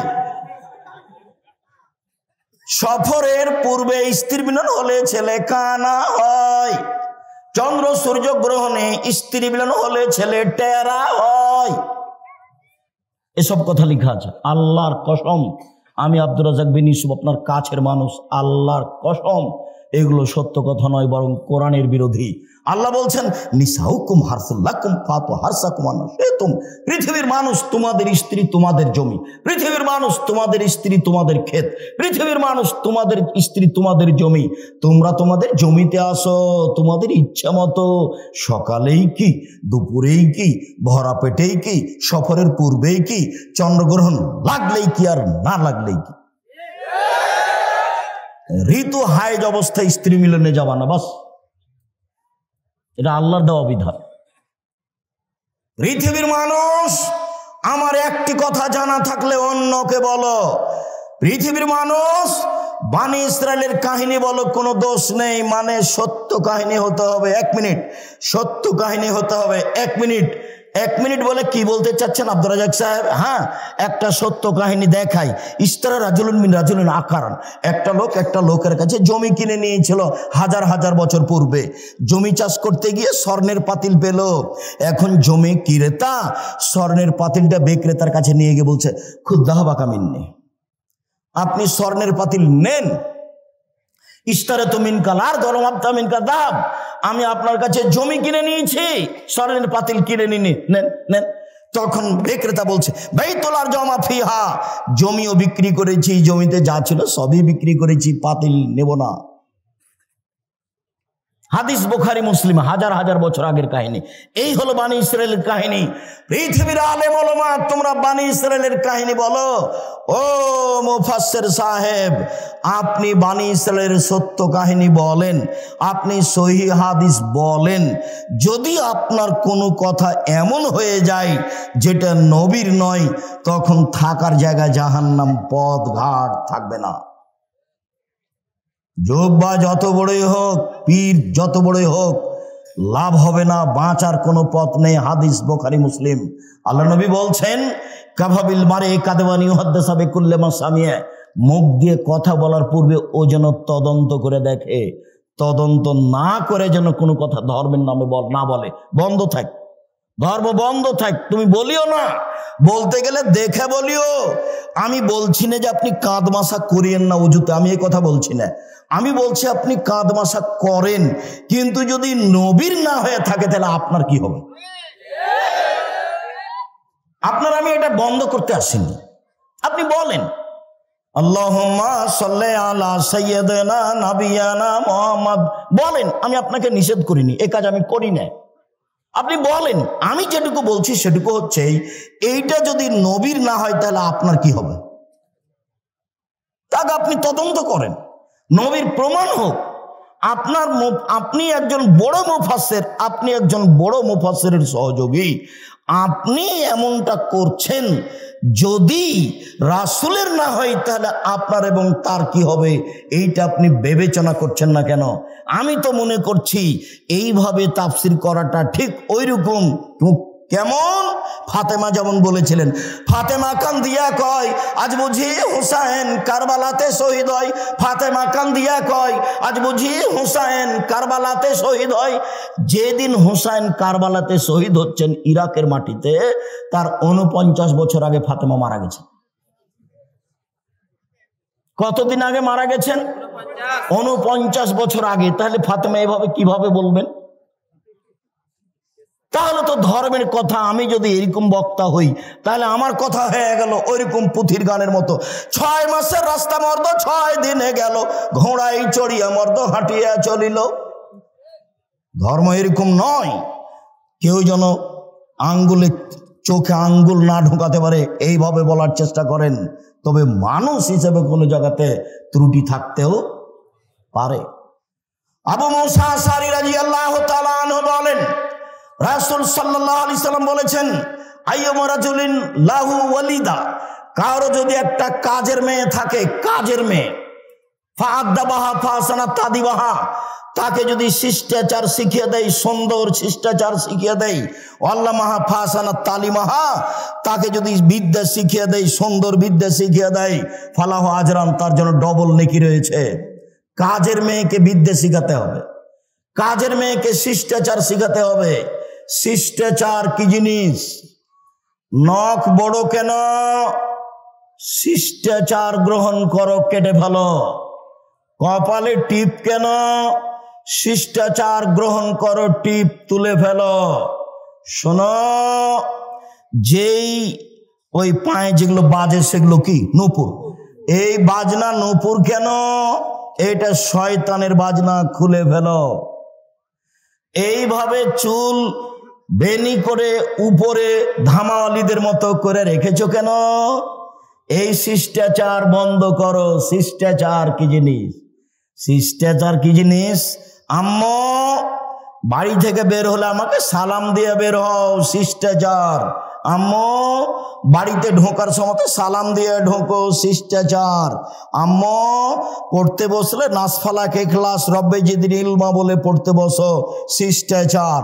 আম্মু ডান পায়ের জুতা আগে পরো, বাম পায়ের জুতা পরে পরো, শিষ্টাচার। আম্মু বাম পায়ের জুতা আগে খুলো, ডান পায়ের জুতা পরে খুলো, শিষ্টাচার। আম্মু টয়লেটে ঢোকার সময় দোয়া পড়ো, বের হওয়ার সময় দোয়া পড়ো, শিষ্টাচার। আম্মু মসজিদে ঢুকলে ডান পা আগে দাও, বাম পা পরে দাও, শিষ্টাচার। আম্মু মসজিদ থেকে বের হলে বাম পা আগে দাও, ডান পা পরে দাও, শিষ্টাচার। শিষ্টাচার দিয়ে, ইসলামী শিষ্টাচার দিয়ে দিন রাত পূর্ণ হয়ে আছে। আম্মু ডান হাতে গিলাস ধরো, 3 শ্বাসে পানি পান করো, শিষ্টাচার। ফিলিস্তিনের লোকেরা অরিজিনাল আরবি, মূল আরবি। ফিলিস্তিনের লোকেরা একবারে নগদ আরবি, কিন্তু তারা নিচে নামতে নামতে নামতে এমন নেমেছে যে শিষ্টাচার টোটালেই ভুলে গেছে। আব্দুর রহিম মিশর আজহারে পড়তো, সেই সুবাদে গাজা ফিলিস্তিনের লোকেরা যারা মিশরে এসেছিল, ওদের আমরা বাছাই করে কয়েকশো লোককে কয়েকবার সহযোগিতা করেছি। তো আমি সেদিন সহযোগিতা দিচ্ছি আপনাদের পক্ষ থেকে। তা আমি যখন দিচ্ছি তখন বাম হাতে নিল, আর একজন বাম হাতে নিল। আমি দেওয়া বন্ধ করে বক্তব্য দিলাম। আমি আরবিতে শুনলাম, ওরা তো আরবি আমার চেয়ে বেশি বুঝে। যখন বললাম বাম হাত হলো শয়তানের জন্য, ডান হাত হলো রাসূল বলছেন খাওয়ার জন্য, পবিত্রতার জন্য। আয়েশা রাদিয়াল্লাহু আনহা বলছেন রাসূলের ডান হাত খানটা পবিত্র কাজের জন্য, খাওয়ার জন্য, আর বাম হাত খানটা লেখালা এই পেশাব পায়খানার জন্য, অমিন কাদারা আর যে খারাপের ময়লার জন্য। ওরা একবারে গুলগুলা হয়ে বুঝলো আরবি, ওরা তো আরবিতেই জন্ম। এবার বললাম নেন, তখন বাম হাত বাড়িয়ে গেল। কেন বলেন তো? আদাত, অভ্যাস। বক্তব্য বুঝলো ঠিকই, কিন্তু যেটা চলমান অভ্যাস সেটা পরিবর্তন সহজে করতে পারলো না। বাম হাতে নিচ্ছে, বাম হাতে নিচ্ছে, বাম হাতে খাচ্ছে, বাম হাতে চা ধরছে। শয়তান খায় বাম হাতে, পেশাবের কাজ বাম হাতে, পায়খানার কাজ বাম হাতে, ছুঁচে বাম হাতে। মানুষ কি করে? ছুঁচে বাম হাতে, পায়খানা লাড়ে বাম হাতে। আচ্ছা, আপনি বাম হাতে চা খাচ্ছেন, আপনার একটু মানবতা নাই? আপনি শিক্ষিত মানুষ, কে বললো? আমি বলিনি ভাইজান, আমি কোনোদিন বলিনি। আপনাকে আমি গরু ছাগলের মতো মনে করি। বুঝেও বুঝে না ওরা অন্তর আছে, বুঝে না। দেখেও দেখে না ওরা চক্ষু আছে, দেখে না। শুনেও শুনে না ওরা কান আছে, শুনে না। উলাইকা কালানাম, তারা পশু প্রাণীর মতো, তারা গরু ছাগলের মতো, তারা কুকুর শ্রীর মতো। ভালো মজা তার চেয়ে বেশি, তার চেয়ে বেশি খারাপ। যে শ্বশুরের কাছে যৌতুক নেই সে কুকুর শ্রীগালের চেয়ে বেশি খারাপ। 24 ঘন্টার মধ্যে সন্ধ্যা হতে হতে মোটরসাইকেল ফেরত দিতে হবে। খালি মায়েরা বলছে, মায়েরা খালি বেটার সামনে গল্প করছে, আব্বু অমুক অমুক ছেলের শ্বশুর না বাড়ির সব কিছু ফার্নিচার সাজিয়ে দিল। খালি মায়ের সামনে এগুলো, মায়ের গল্প, ছেলের সামনে মা এগুলো গল্প করছে। মেয়ের বাপ ফার্নিচার সাজিয়ে দিবে, তুমি কি বলবে মাকে? আম্মা দিন মজুরি করে খেলেও শ্বশুরের জিনিস নেব না, প্রয়োজনে ভিক্ষা করে যদি খেতে হয় তবু শ্বশুরের জিনিস নেব না, বরং শ্বশুরকে একটা বছর শেষে লুঙ্গি কিনে দিব। যৌতুক চিরদিনের জন্য হারাম। ভিক্ষা করা টাকা দিয়ে চাউল কিনে ভাত খেয়ে ইবাদত কবুল হবে, যৌতুকের টাকা দিয়ে চাউল কিনে ভাত খেয়ে ইবাদত কবুল হবে না। এই যে বললাম, এভাবে দেখি কিয়ামত পর্যন্ত সময় থাকলে কোন মায়ের বেটা এভাবে ধরতে পারে। যৌতুকের টাকা দিয়ে চাউল কিনে ভাত খেয়ে ইবাদত কবুল হবে না, যৌতুক ফেরত দিতে হবে। কাজ করে খেতে শিখতে হবে, শ্বশুরের সাথে নয়। ঘর জমাই হয়ে কাজ করতে রাজি নয়, দিন মজুরি করে খেতে রাজি আছি। নিজের ব্যক্তিত্ব বিক্রি করতে রাজি নয়। মানুষের বাড়িতে কাজ করে খাবো, সারাদিন কাজ করব, বিকেলে 600 টাকা পাবো। এই যে 600 টাকার মালিক আমি। কাজ করে খাবো কেন? চকলেট বিক্রি করে খাবো, সারাদিনে 800 টাকা ইনকাম করব। চকলেট বিক্রি করব কেন? রহনপুরে জমিদারের ছেলে আমি, কোটি টাকার ব্যবসা করব। করো না, ভালো কাজ। দিন মজুরি করে খেলে টাকা শেষ হবে সন্ধ্যায়, আর মাসের যদি চাকরি করেন তাহলে টাকা শেষ হবে 25 দিনে। 5 দিন ধার কর্জ করে খাওয়া লাগবে। মায়ে যদি টাকা চায়, বেটা এ মাসে কিছু টাকা দিতে হতো বেটা।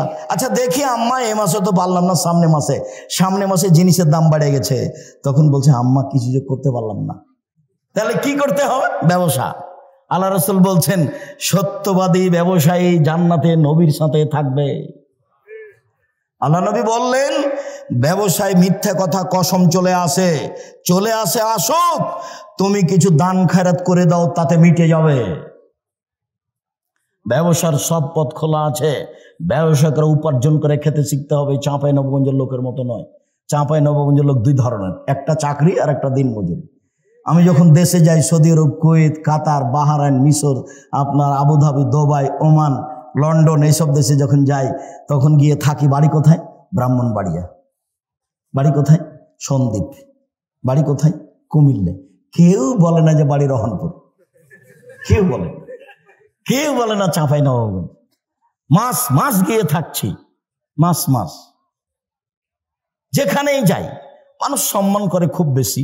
একবার সম্মান দেখে মনে হয় যে আল্লাহ এই দুনিয়াতে সম্মান দিয়ে শেষ করো না, এটা আমার জন্য পরকালে লাগবে।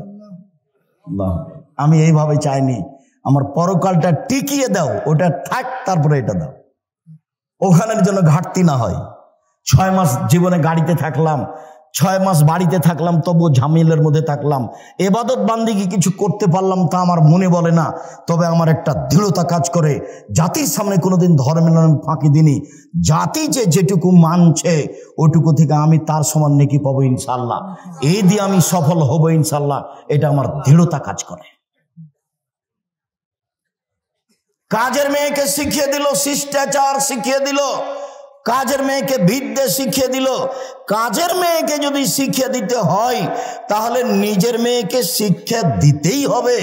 কাজের মেয়েকে যদি শিষ্টাচার শিখাতে হয় তাহলে নিজের মেয়েকে শিষ্টাচার শিখাতেই হবে, বাধ্য, শিখাতেই হবে। উপস্থিত বৈঠকের দিনই মুসলিম বোন, আপনি একটু প্রস্তুতি নেন। এই মেয়ে, কথা বলছো কেন? ঢং ঢং করে এসেছো, আবার কথা বলছো কেন? মুখ বন্ধ রাখো। উপস্থিত দিনই বৈঠকের মুসলিম বোন, আপনাদের সাথে আমাদের আন্তরিকতার অভাব নেই। কেউ যদি গায়ের উপর দিয়ে চড়ে চলে যায় তবু মুখ খুলবেন না। আপনি অনুরোধ রক্ষা করেন, আপনার কাছাকাছি এসেছি, আপনার কিছু বলতে চাচ্ছি, আপনি একটু মুখটা বন্ধ করেন, মুখ খুলবেন না, একবারে টোটালি মুখ বন্ধ করেন। কেউ যদি গায়ের উপর দিয়ে চড়ে চলে যায় আপনি তার প্রতিশোধ নেবেন না। আচ্ছা, গেছে, চুপ থাকেন আপনি। এইদিকে শুনেন, আসলে মাকে বহুদিন বলেছি, অনেক ছেলের জানা আছে, আপনারও জানা আছে। কথাটা পুনরায় বলে এটাকে আপনার কাছে শক্ত করতে চাচ্ছি, শুনুন। জাবের বলছেন রাদিয়াল্লাহু তাআলা আনহু, আমরা একদা রাসূলের সাথে যুদ্ধ করে আসছিলাম, মদিনায় ঢুকবো। তখন আল্লাহ রাসূল বলছেন, এই থামো থামো থামো, তোমরা এখানে থামো, রাতে সকালে বাড়িতে যাব। তো আমি জাবের বললাম, আল্লাহর নবী, আমি নতুন বিবাহ করেছি, আমাকে বাড়ি যেতে অনুমতি দেন। তখন আল্লাহ রাসূল আমাকে বলছেন, ও তুমি বিবাহ করেছ? বিকরা নাম সাইয়্যিবা, কুমারী মেয়ে বিবাহ করেছ না তালাক প্রাপ্তা মেয়ে বিবাহ করেছ? আমি বললাম, আল্লাহর নবী, আমি তালাক প্রাপ্তা মেয়ে বিবাহ করেছি। ওর বিবাহ হয়েছিল, তার স্বামী তাকে ছেড়ে দিয়েছে, আমি তাকে বিবাহ করেছি। তখন আল্লাহ রাসূল বলছেন, আরে হাল্লা বিকরান তুলাইবকা, তুমি কুমারী মেয়ে কেন বিবাহ করলে না? তুমি অবিবাহিতা মেয়ে কেন বিবাহ করলে না? তুমি তার সাথে খেলতে, ও তোমার সাথে খেলতো, তুমি তার সাথে খেলতে, ও তোমার সাথে খেলতো। তখন জাবের বলছেন, আল্লাহর নবী, আমার আব্বা উহুদের যুদ্ধে শহীদ হয়েছেন 9 জন মেয়ে রেখে।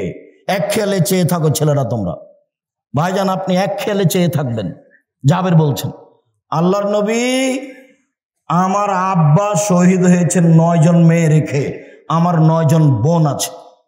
আক্রাহ আন উজাব আন আতাজাওয়াজা মিসলাহুন্না, আমি আমার বোনদের সমবয়সের মেয়েকে বিবাহ করা পছন্দ করছি না 4টা কারণে।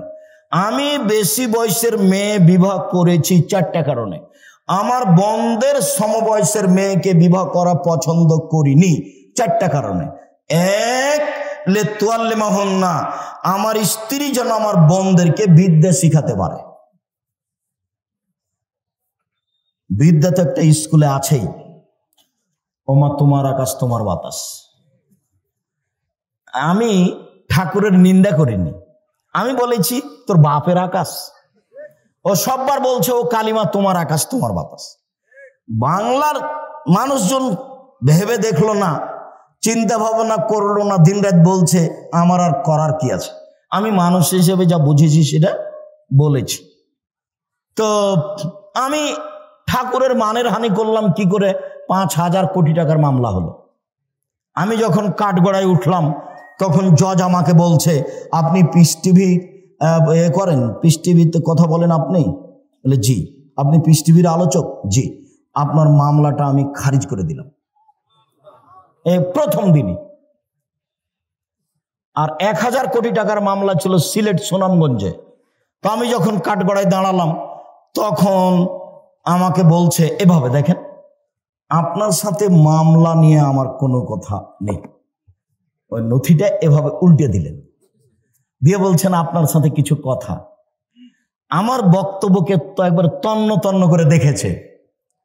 বলছে যে আল্লাহর নবী এবং আয়েশা একসাথে গোসল করলেন, উভয়ের পরনে কাপড় ছিল না, এই কথাটা আপনি কেমনে বললেন? কিভাবে বলতে পারেন? আমি তো উত্তর দিব না, কিছু বলবো না। আমাকে উকিল বলেছে, যাই বলুক মুখ খুলবেন না, এর নাম জজ, যেটা বলবে সেটাই হবে, মুখ খুলবেন না। চিরদিন আপনার কথা শুনেছি, আজকে আমার কথা শুনবেন দয়া করে। ঠিক আছে, আপনার কথাই শুনবো, মুখ খুলবো না। বলছে 1 বালতি গরুর পেশাবে কাপড় ভিজিয়ে দিলে তাতে সলাত হবে, এই কথা আপনি কেমনে বললেন? হোসেন আহমদ মাদানি শিরক করেছেন ডালিম গাছের নিচে বুখারী পড়িয়ে, আপনি এ কথা কেমনে বললেন? কথা কিন্তু হুবহু এরকম নয়, মানে কমবেশ করে বলা হচ্ছে। তো 16 মিনিট কথা বলার পরে একটানা 16 মিনিট কথা বললেন, আমি মুখ খুলিনি। 16 মিনিট পরে বলছে যে আপনি এই কারণে এখানে এসেছেন আমার মনে হচ্ছে না, অন্য কিছু কারণ হবে। মানে আপনি বলেছেন শাহজালাল সিলেটির কবর ভেঙে দিতে হবে, ওই জন্য আপনি এখানে এসেছেন। আসলে আপনি ঠাকুরকে বলেছেন যে তার বাপের আকাশ, এই জন্য আপনি আসেননি, ওই কারণে এসেছেন। তারা মানে মাঝারি মানুষ তারা। তো বললো যে আপনার কি জামিন মঞ্জুর করা হলো? উনি বললেন না যে আপনার মামলা খারিজ করে দিলাম, উনি বললেন জামিন মঞ্জুর করা হলো। আর যারা সামনে ছিল তাদেরকে বললেন যে আপনারা তার সাথে কথা বলবেন না। তারপরে একবার গেছিলাম, তারপরে আর যাওয়া লাগেনি, আলহামদুলিল্লাহ।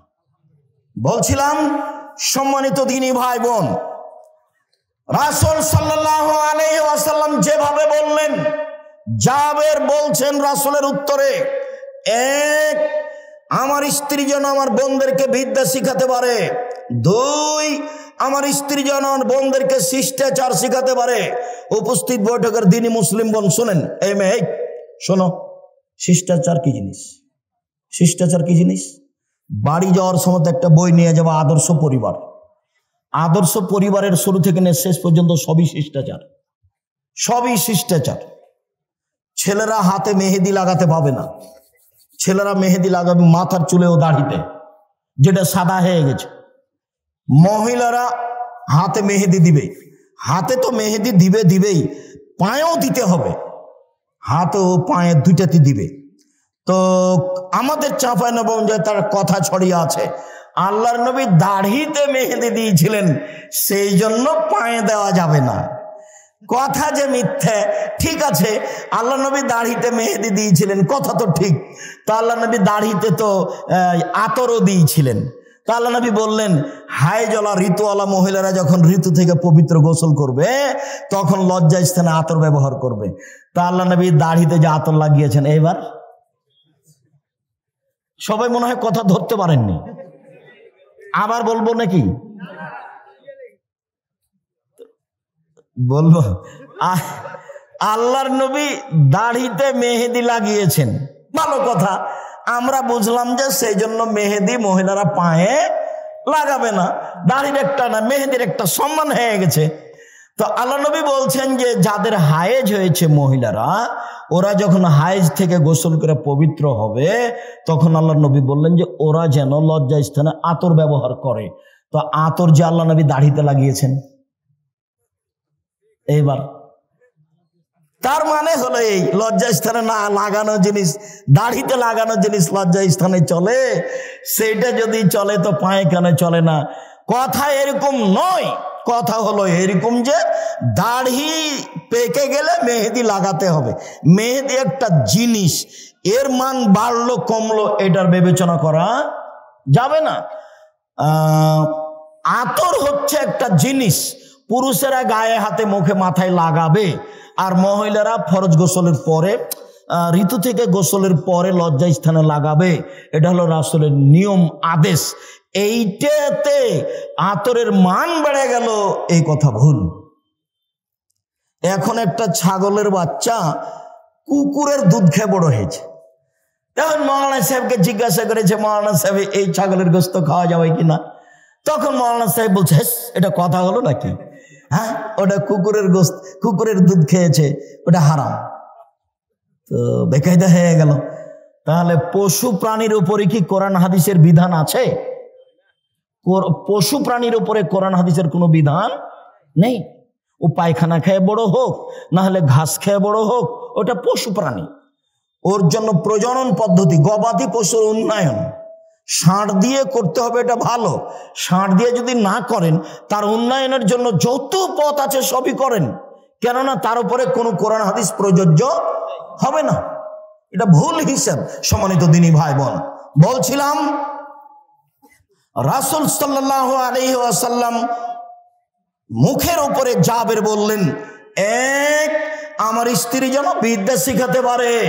দুই, আমার স্ত্রী যেন আমার বোনদেরকে শিষ্টাচার শিখাতে পারে। তিন, আমার স্ত্রী যেন আমার বোনদের মাথার চুল চিরুনি করে সাজগোজ করে যত্ন করে রাখতে পারে। মায়ের যত্ন কে নিবে? বাচ্চার যত্ন কে নিবে? মা। কাজের মেয়েকে দিয়ে বাচ্চার যত্ন নেওয়া ঠিক নয়। জায়েজ, আমি না জায়েজ বলিনি, তবে সব সময় বাচ্চার যত্ন কে নিবে? মা। তার মাথাটা চিরুনি করে দিবে মা, তার কাপড়টা পরিষ্কার করে দিবে মা, তাকে গোছগাছ করে রাখবে মা, তাকে ঝকঝকে করে রাখবে মা, তার গায়ের পাঞ্জাবিটা পরিষ্কার করে দিবে মা, তাকে ডান হাত আগে ঢোকাতে বলবে জামাতে তার মা। সব শিষ্টাচার তার মা পালন করবে এবং বাচ্চাকে যত্ন করে রাখবে। যখন বাচ্চাকে দুধ খাওয়াবে তখন মায়ে বিসমিল্লাহ বলবে। মা যদি বিসমিল্লাহ ছাড়া বাচ্চাকে দুধ খাওয়ায় তাহলে যতবার খাওয়াবে ততবার শয়তানে দুধ খাবে, খাবেই খাবে। আল্লাহর নবী বলেছেন দুধ খাবে শয়তান, অতএব খাবেই খাবে। মা যতবার বাচ্চাকে দুধ খাওয়াবে ততবার মা কি বলবে? বিসমিল্লাহ বলবে। মা যখন রাতে দরজাটা বন্ধ করবে তখন বিসমিল্লাহ বলবে। মা যখন বাল্বটা অফ করে দিবে তখন বিসমিল্লাহ বলবে। যখন মা জ্বালানটা বন্ধ করবে তখন বিসমিল্লাহ বলবে। মা যখন তরকারির পাতিলে ঢাকবে তখন বিসমিল্লাহ বলবে। মা যখন আটার পাতিলটা ঢাকবে তখন বিসমিল্লাহ বলবে। আল্লাহ নবী বলেন সব কিছু ঢেকে রাখো, খোলা রাখো না। রাতে কতগুলি বালা মুসিবত চলে, খোলা জিনিস যে খাবে তার রোগ ব্যাধি হয়ে যাবে। হাটে বাজারে এভাবে খোলা জিলাপি খাবেন না। একবারে সপ্তাহ সপ্তাহ খোলা পড়ে আছে আর আপনি কিনে নিয়ে চলে যাচ্ছেন। আল্লাহ নবী না করেছে। সূর্য ডুবার পরে বাচ্চাকে বাহিরে নিয়ে যাওয়া যাবে না, নইলে বাচ্চাকে জিনে ধরবে, শয়তান ধরবে। ছাদের উপরে নিয়ে যাবেন না, আগুনে নিয়ে যাবেন না। রাত যখন এসা কাছাকাছি হয়ে গেছে তখন নিয়ে যান। সব বুখারী মুসলিম এক টানা হাদিস এগুলো। আপনি ইউটিউবে দেখেন আব্দুর রাজ্জাক বিন ইউসুফ খাওয়া ও পান করার নিয়ম, খাওয়া ও পান করার নিয়ম আব্দুর রাজ্জাক বিন ইউসুফ বিস্তারিত দেওয়া আছে, আপনি দেখুন। সম্মানিত দিনী ভাই বোন, 4 অতাকুম আলাইহিন্না, আমার স্ত্রী যেন আমার বাচ্চাদেরকে পাহারা দিতে পারে। উপস্থিত বৈঠকের মুসলিম বোন, এই মেয়ে এই কথা বলছো কেন? কথা বলছো কেন? 4টা সিরিয়াল করো তো দেখি। তুমি মা, তুমি আদর্শ মা, তুমি বুদ্ধিমতী মা, তুমি মা, আপনি মা, আপনি বুদ্ধিমতী মা, আপনি হস্তিনী নন, আপনি ভালো মা। 1, বাচ্চাকে বিদ্যা শিখাতে হবে। 2, বাচ্চাকে শিষ্টাচার শিখাতে হবে। 3, বাচ্চাকে যত্ন করে রাখতে হবে। 4, বাচ্চাকে পাহারা দিতে হবে। এবার বলেন আপনি যে মেয়েটা মাথায় কাপড় না দিয়ে দেয়নি তার মা কি পাহারাদার? তার মা পাহারাদার নয়। আপনার নিজের জিম্মেদারি আর একজনের উপরে চাপিয়ে দিয়ে সফল হওয়া যাবে না। এইবার আপনার সাথে আর একটু থাকে উপস্থিত বৈঠকের মুসলিম বোন, এই ছেলে তোমার আমি কাছে আসছি, তুমি নিরাশা হবে না। কি বলেন তো আব্দুর রাজ্জাক সাহেব, আমার কাছে কি? আল্লাহ নবী বলছেন মালালা জারিয়াতাইনে, কেউ যদি 2টা মেয়ের লালন পালন করে, 2টা, হাত্তা তাবলুগা, বড় হওয়া পর্যন্ত, বিবাহ দেওয়া পর্যন্ত, ফাহুয়া ফিল জান্নাতে হাকাজা, তাহলে সেই বাপ আর আমি জান্নাতে এভাবে থাকবো। 2টাকে জমা করে দিলেন,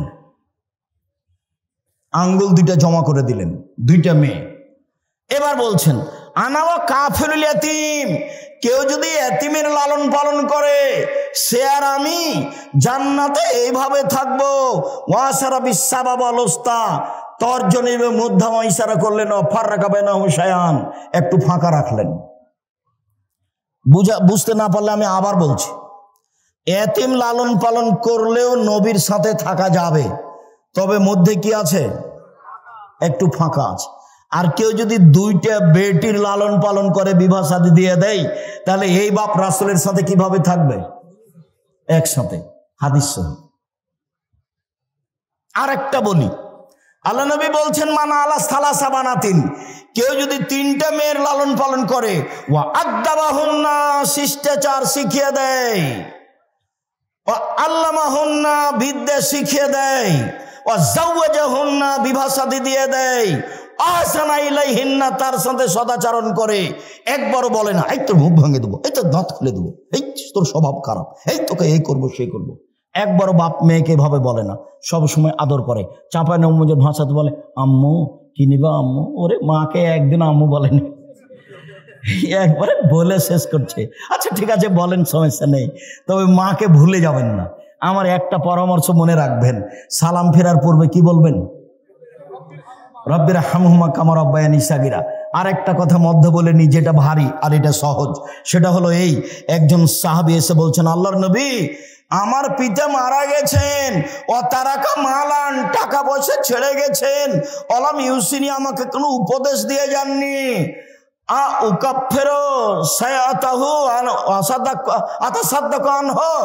আমি যদি তার নামে দান করি তার পাপ মিটে যাবে কি?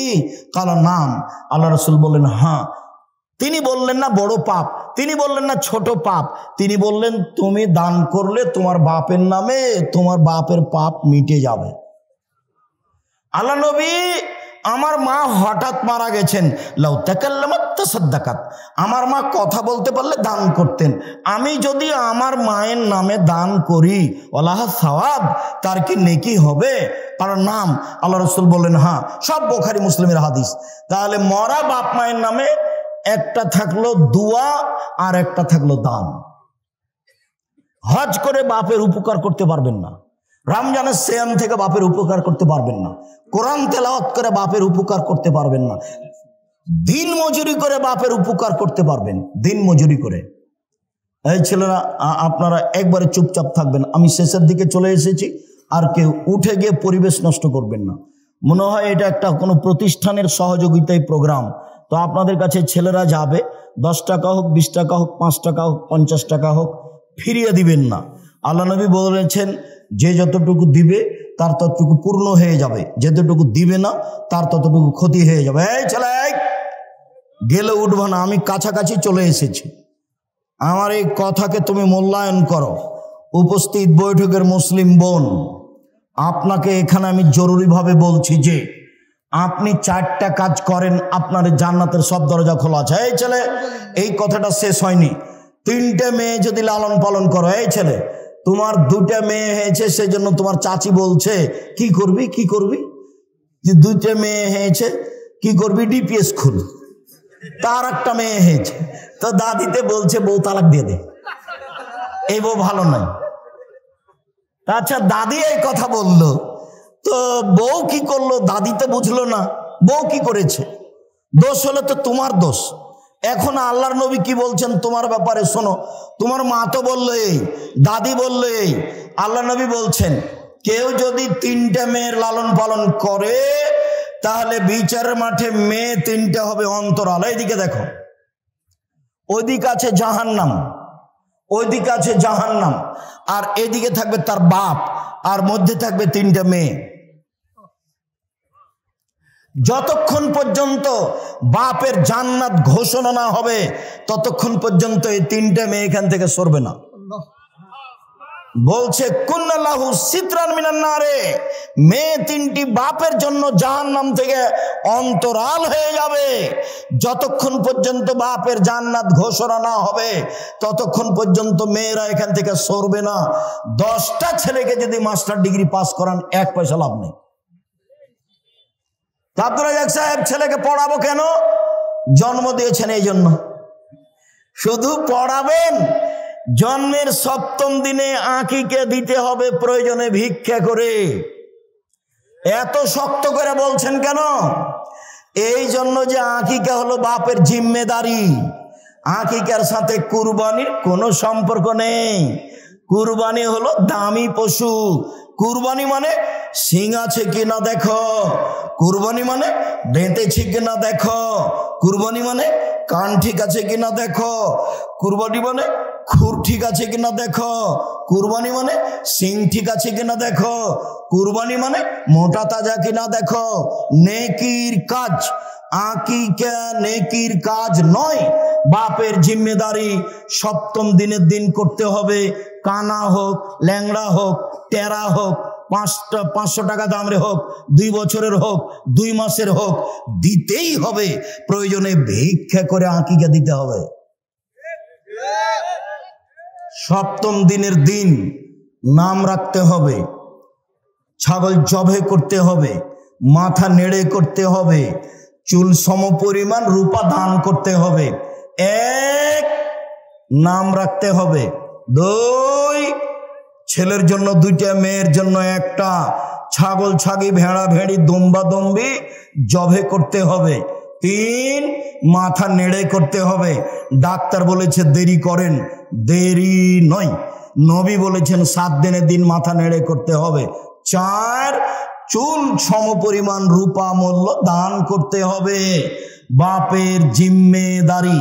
খাতনা দিতে হবে, অনুষ্ঠান করতে হবে না। খাতনা দিতে হবে, অনুষ্ঠান করতে হবে না।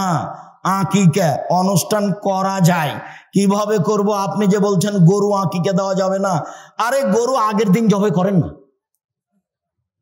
6 তারিখে 3-4টা গরু জবাই করে দেন নাকি ভাইজান? দাওয়াত দিতে হবে ভালো করে। আর আকিকার দিন 2টা ছাগল, ছেলে হলে, মেয়ে হলে 1টা। এবার রান্না হোক, সারা গ্রামের লোক খাবে, সমস্যা নেই। আর খাতনার দিন কোনো কিছু নেই, খাতনা কোনো কিছু নেই। ছেলে এখন হাঁটতে পারে, পায়জামা পরাতে হবে, প্যান্ট নয়। পায়জামা পরাতে হবে, প্যান্ট নয়। টাকনুর উপরে থাকবে পায়জামা।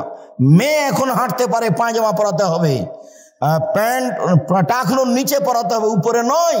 আর এই ল্যাংটা পায়জামা পরাতে হবে না। 2 ধরনের চলবে না, একটা হলো ঢিলে ঢালা, আর একজন ঢুকবে, কি এগুলো? আর একটা হলো চিপা চাপা, পায়ের সাথে লেগে আছে, সব নোংরামি, সব বেহায়া। এই ছেলে, একটা কথা মনে পড়লো, আল্লাহর নবী জাতির সামনে আফসোস করে বলেছেন, পৃথিবীর মানুষ শোনে রেখো, আমার উম্মত ইহুদি খ্রিস্টানের সাথে মিশে যাবে। চাল চলনে, কথাবার্তাতে, কৃষ্টি কালচারে, পোশাক পাতিতে, লেনদেনে আমার উম্মত ইহুদি খ্রিস্টানদের সাথে মিশে যাবে। এইভাবে ডান হাতের বিঘত যেমন বাম হাতের সমান সমান সমান মিশে যাবে। ডান পায়ের জুতা যেমন বাম পায়ের সমান সমান সমান মিশে যাবে। কৃষ্টি কালচারে সমান সমান মিশে যাবে, নিয়ম নীতিতে সমান সমান মিশে যাবে, আদব কায়দাতে সমান সমান মিশে যাবে, বেহায়াইতে। এরপরে নিচে নামতে লাগলেন ভাষার। নিচে নামতে নামতে নামতে বলছেন, ইহুদি খ্রিস্টান যদি মায়ের সাথে জেনা করে থাকে, আমার উম্মতও করবে। কথা কি আমি বুঝাতে পেরেছি? এই ছেলে, তোমার মাথার চুলটা এরকম কেন? নিচের দিক চাঁচা আছে কেন? আমি লন্ডনে জুমার দিন জুমার খুতবা থেকে নিচে নামছি, তখন একটা লোক বলছে আমার ছেলের জন্য একটু দোয়া করবেন। তো ছেলেটা আমার পাশে নিয়ে এসেছে। আমি আবার ছাত্র জীবনে বলতাম, এই যারা মাথার চুল ছাড়তে শিখো, আমার মাথা যেটা শেখো, আমার মাথার চুল এইভাবে গেলে কি আর এইভাবে গেলে কি, ওই আমি কোনোদিন হিসাব করিনি। আমার এক class friend Panjabi calendar iron করা ছাড়া গায়ে দিত না, সালিমউদ্দিন ডাহবি ভাগালপুরি। তো দোয়া করার জন্য নিয়ে এসেছে, নিচের দিকে নামছি, তো ছেলের মাথার চুল এই তোমার মতো করে কাটা আছে। এভাবে কেন? তো দেখছি যে নামতে ওই চুল ছাড়ার এগুলো দেওয়া আছে, ছবিগুলো। তখন আর একজন বলছে যে ওস্তাদ দেখছেন না, ওই যে ওই ঢঙ্গে চুল কেটেছে। তখন আমি বলছি, দেখেন, লন্ডনে পয়সা উপার্জন করতে এসেছি, আদর্শ বিক্রি করতে আসেনি।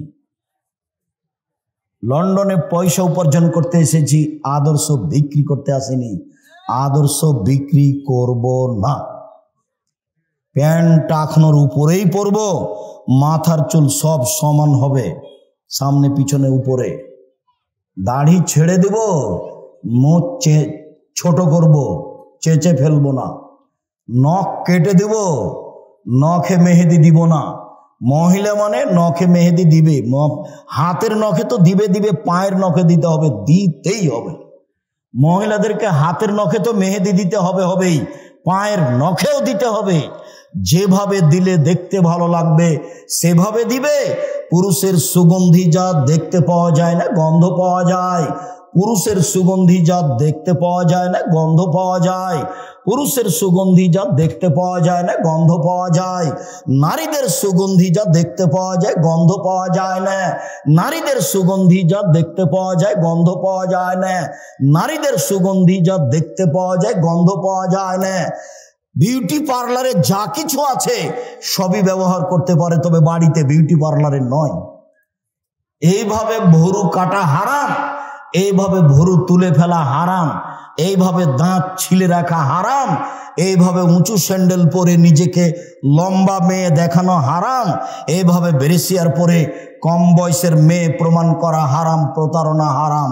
বলছিলাম সম্মানিত দিনী ভাই বোন, আমরা কাছাকাছি শেষের দিকেই চলে আসলাম।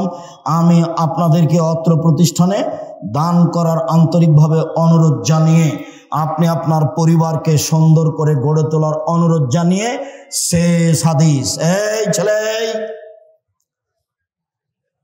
কারো বন্ধু যদি আতরওয়ালা হয় তাহলে আতর এমনিতেই দিবে, নইলে কিনে নিবে, নইলে গন্ধ পাওয়া যাবে। বুখারী মুসলিমের হাদিস। কারো বন্ধু যদি কামার হয়, পাশে বসে থাকলে আগুন ছিটে কাপড় জ্বলে যাবে। আর যদি কাপড় জ্বলে না যায়, কামারের পাশে হাপড়ের পাশে বসে থাকে, তাহলে ধোঁয়া আসবে। কামারের পাশে বসে থেকে নাকে মুখে ধোঁয়া আসবে না, এই কথা যেমন মিথ্যে, আপনার ছেলে মেয়ের বন্ধু বান্ধবী খারাপ, আপনার ছেলে মেয়ে খারাপ হবে না, এই কথা তেমনি মিথ্যে। শুনুন, কামারের পাশে বসে থেকে ধোঁয়া লাগবে না, এই কথা যেমন মিথ্যে, বান্ধবী খারাপ হলে মেয়ে খারাপ হবে না, এই কথা তেমনি মিথ্যে। মোবাইল সবচেয়ে নিকটের বান্ধবী এবং সবচেয়ে খারাপ। আপাতত আজকের মতো কথা আমি এখানেই শেষ করলাম।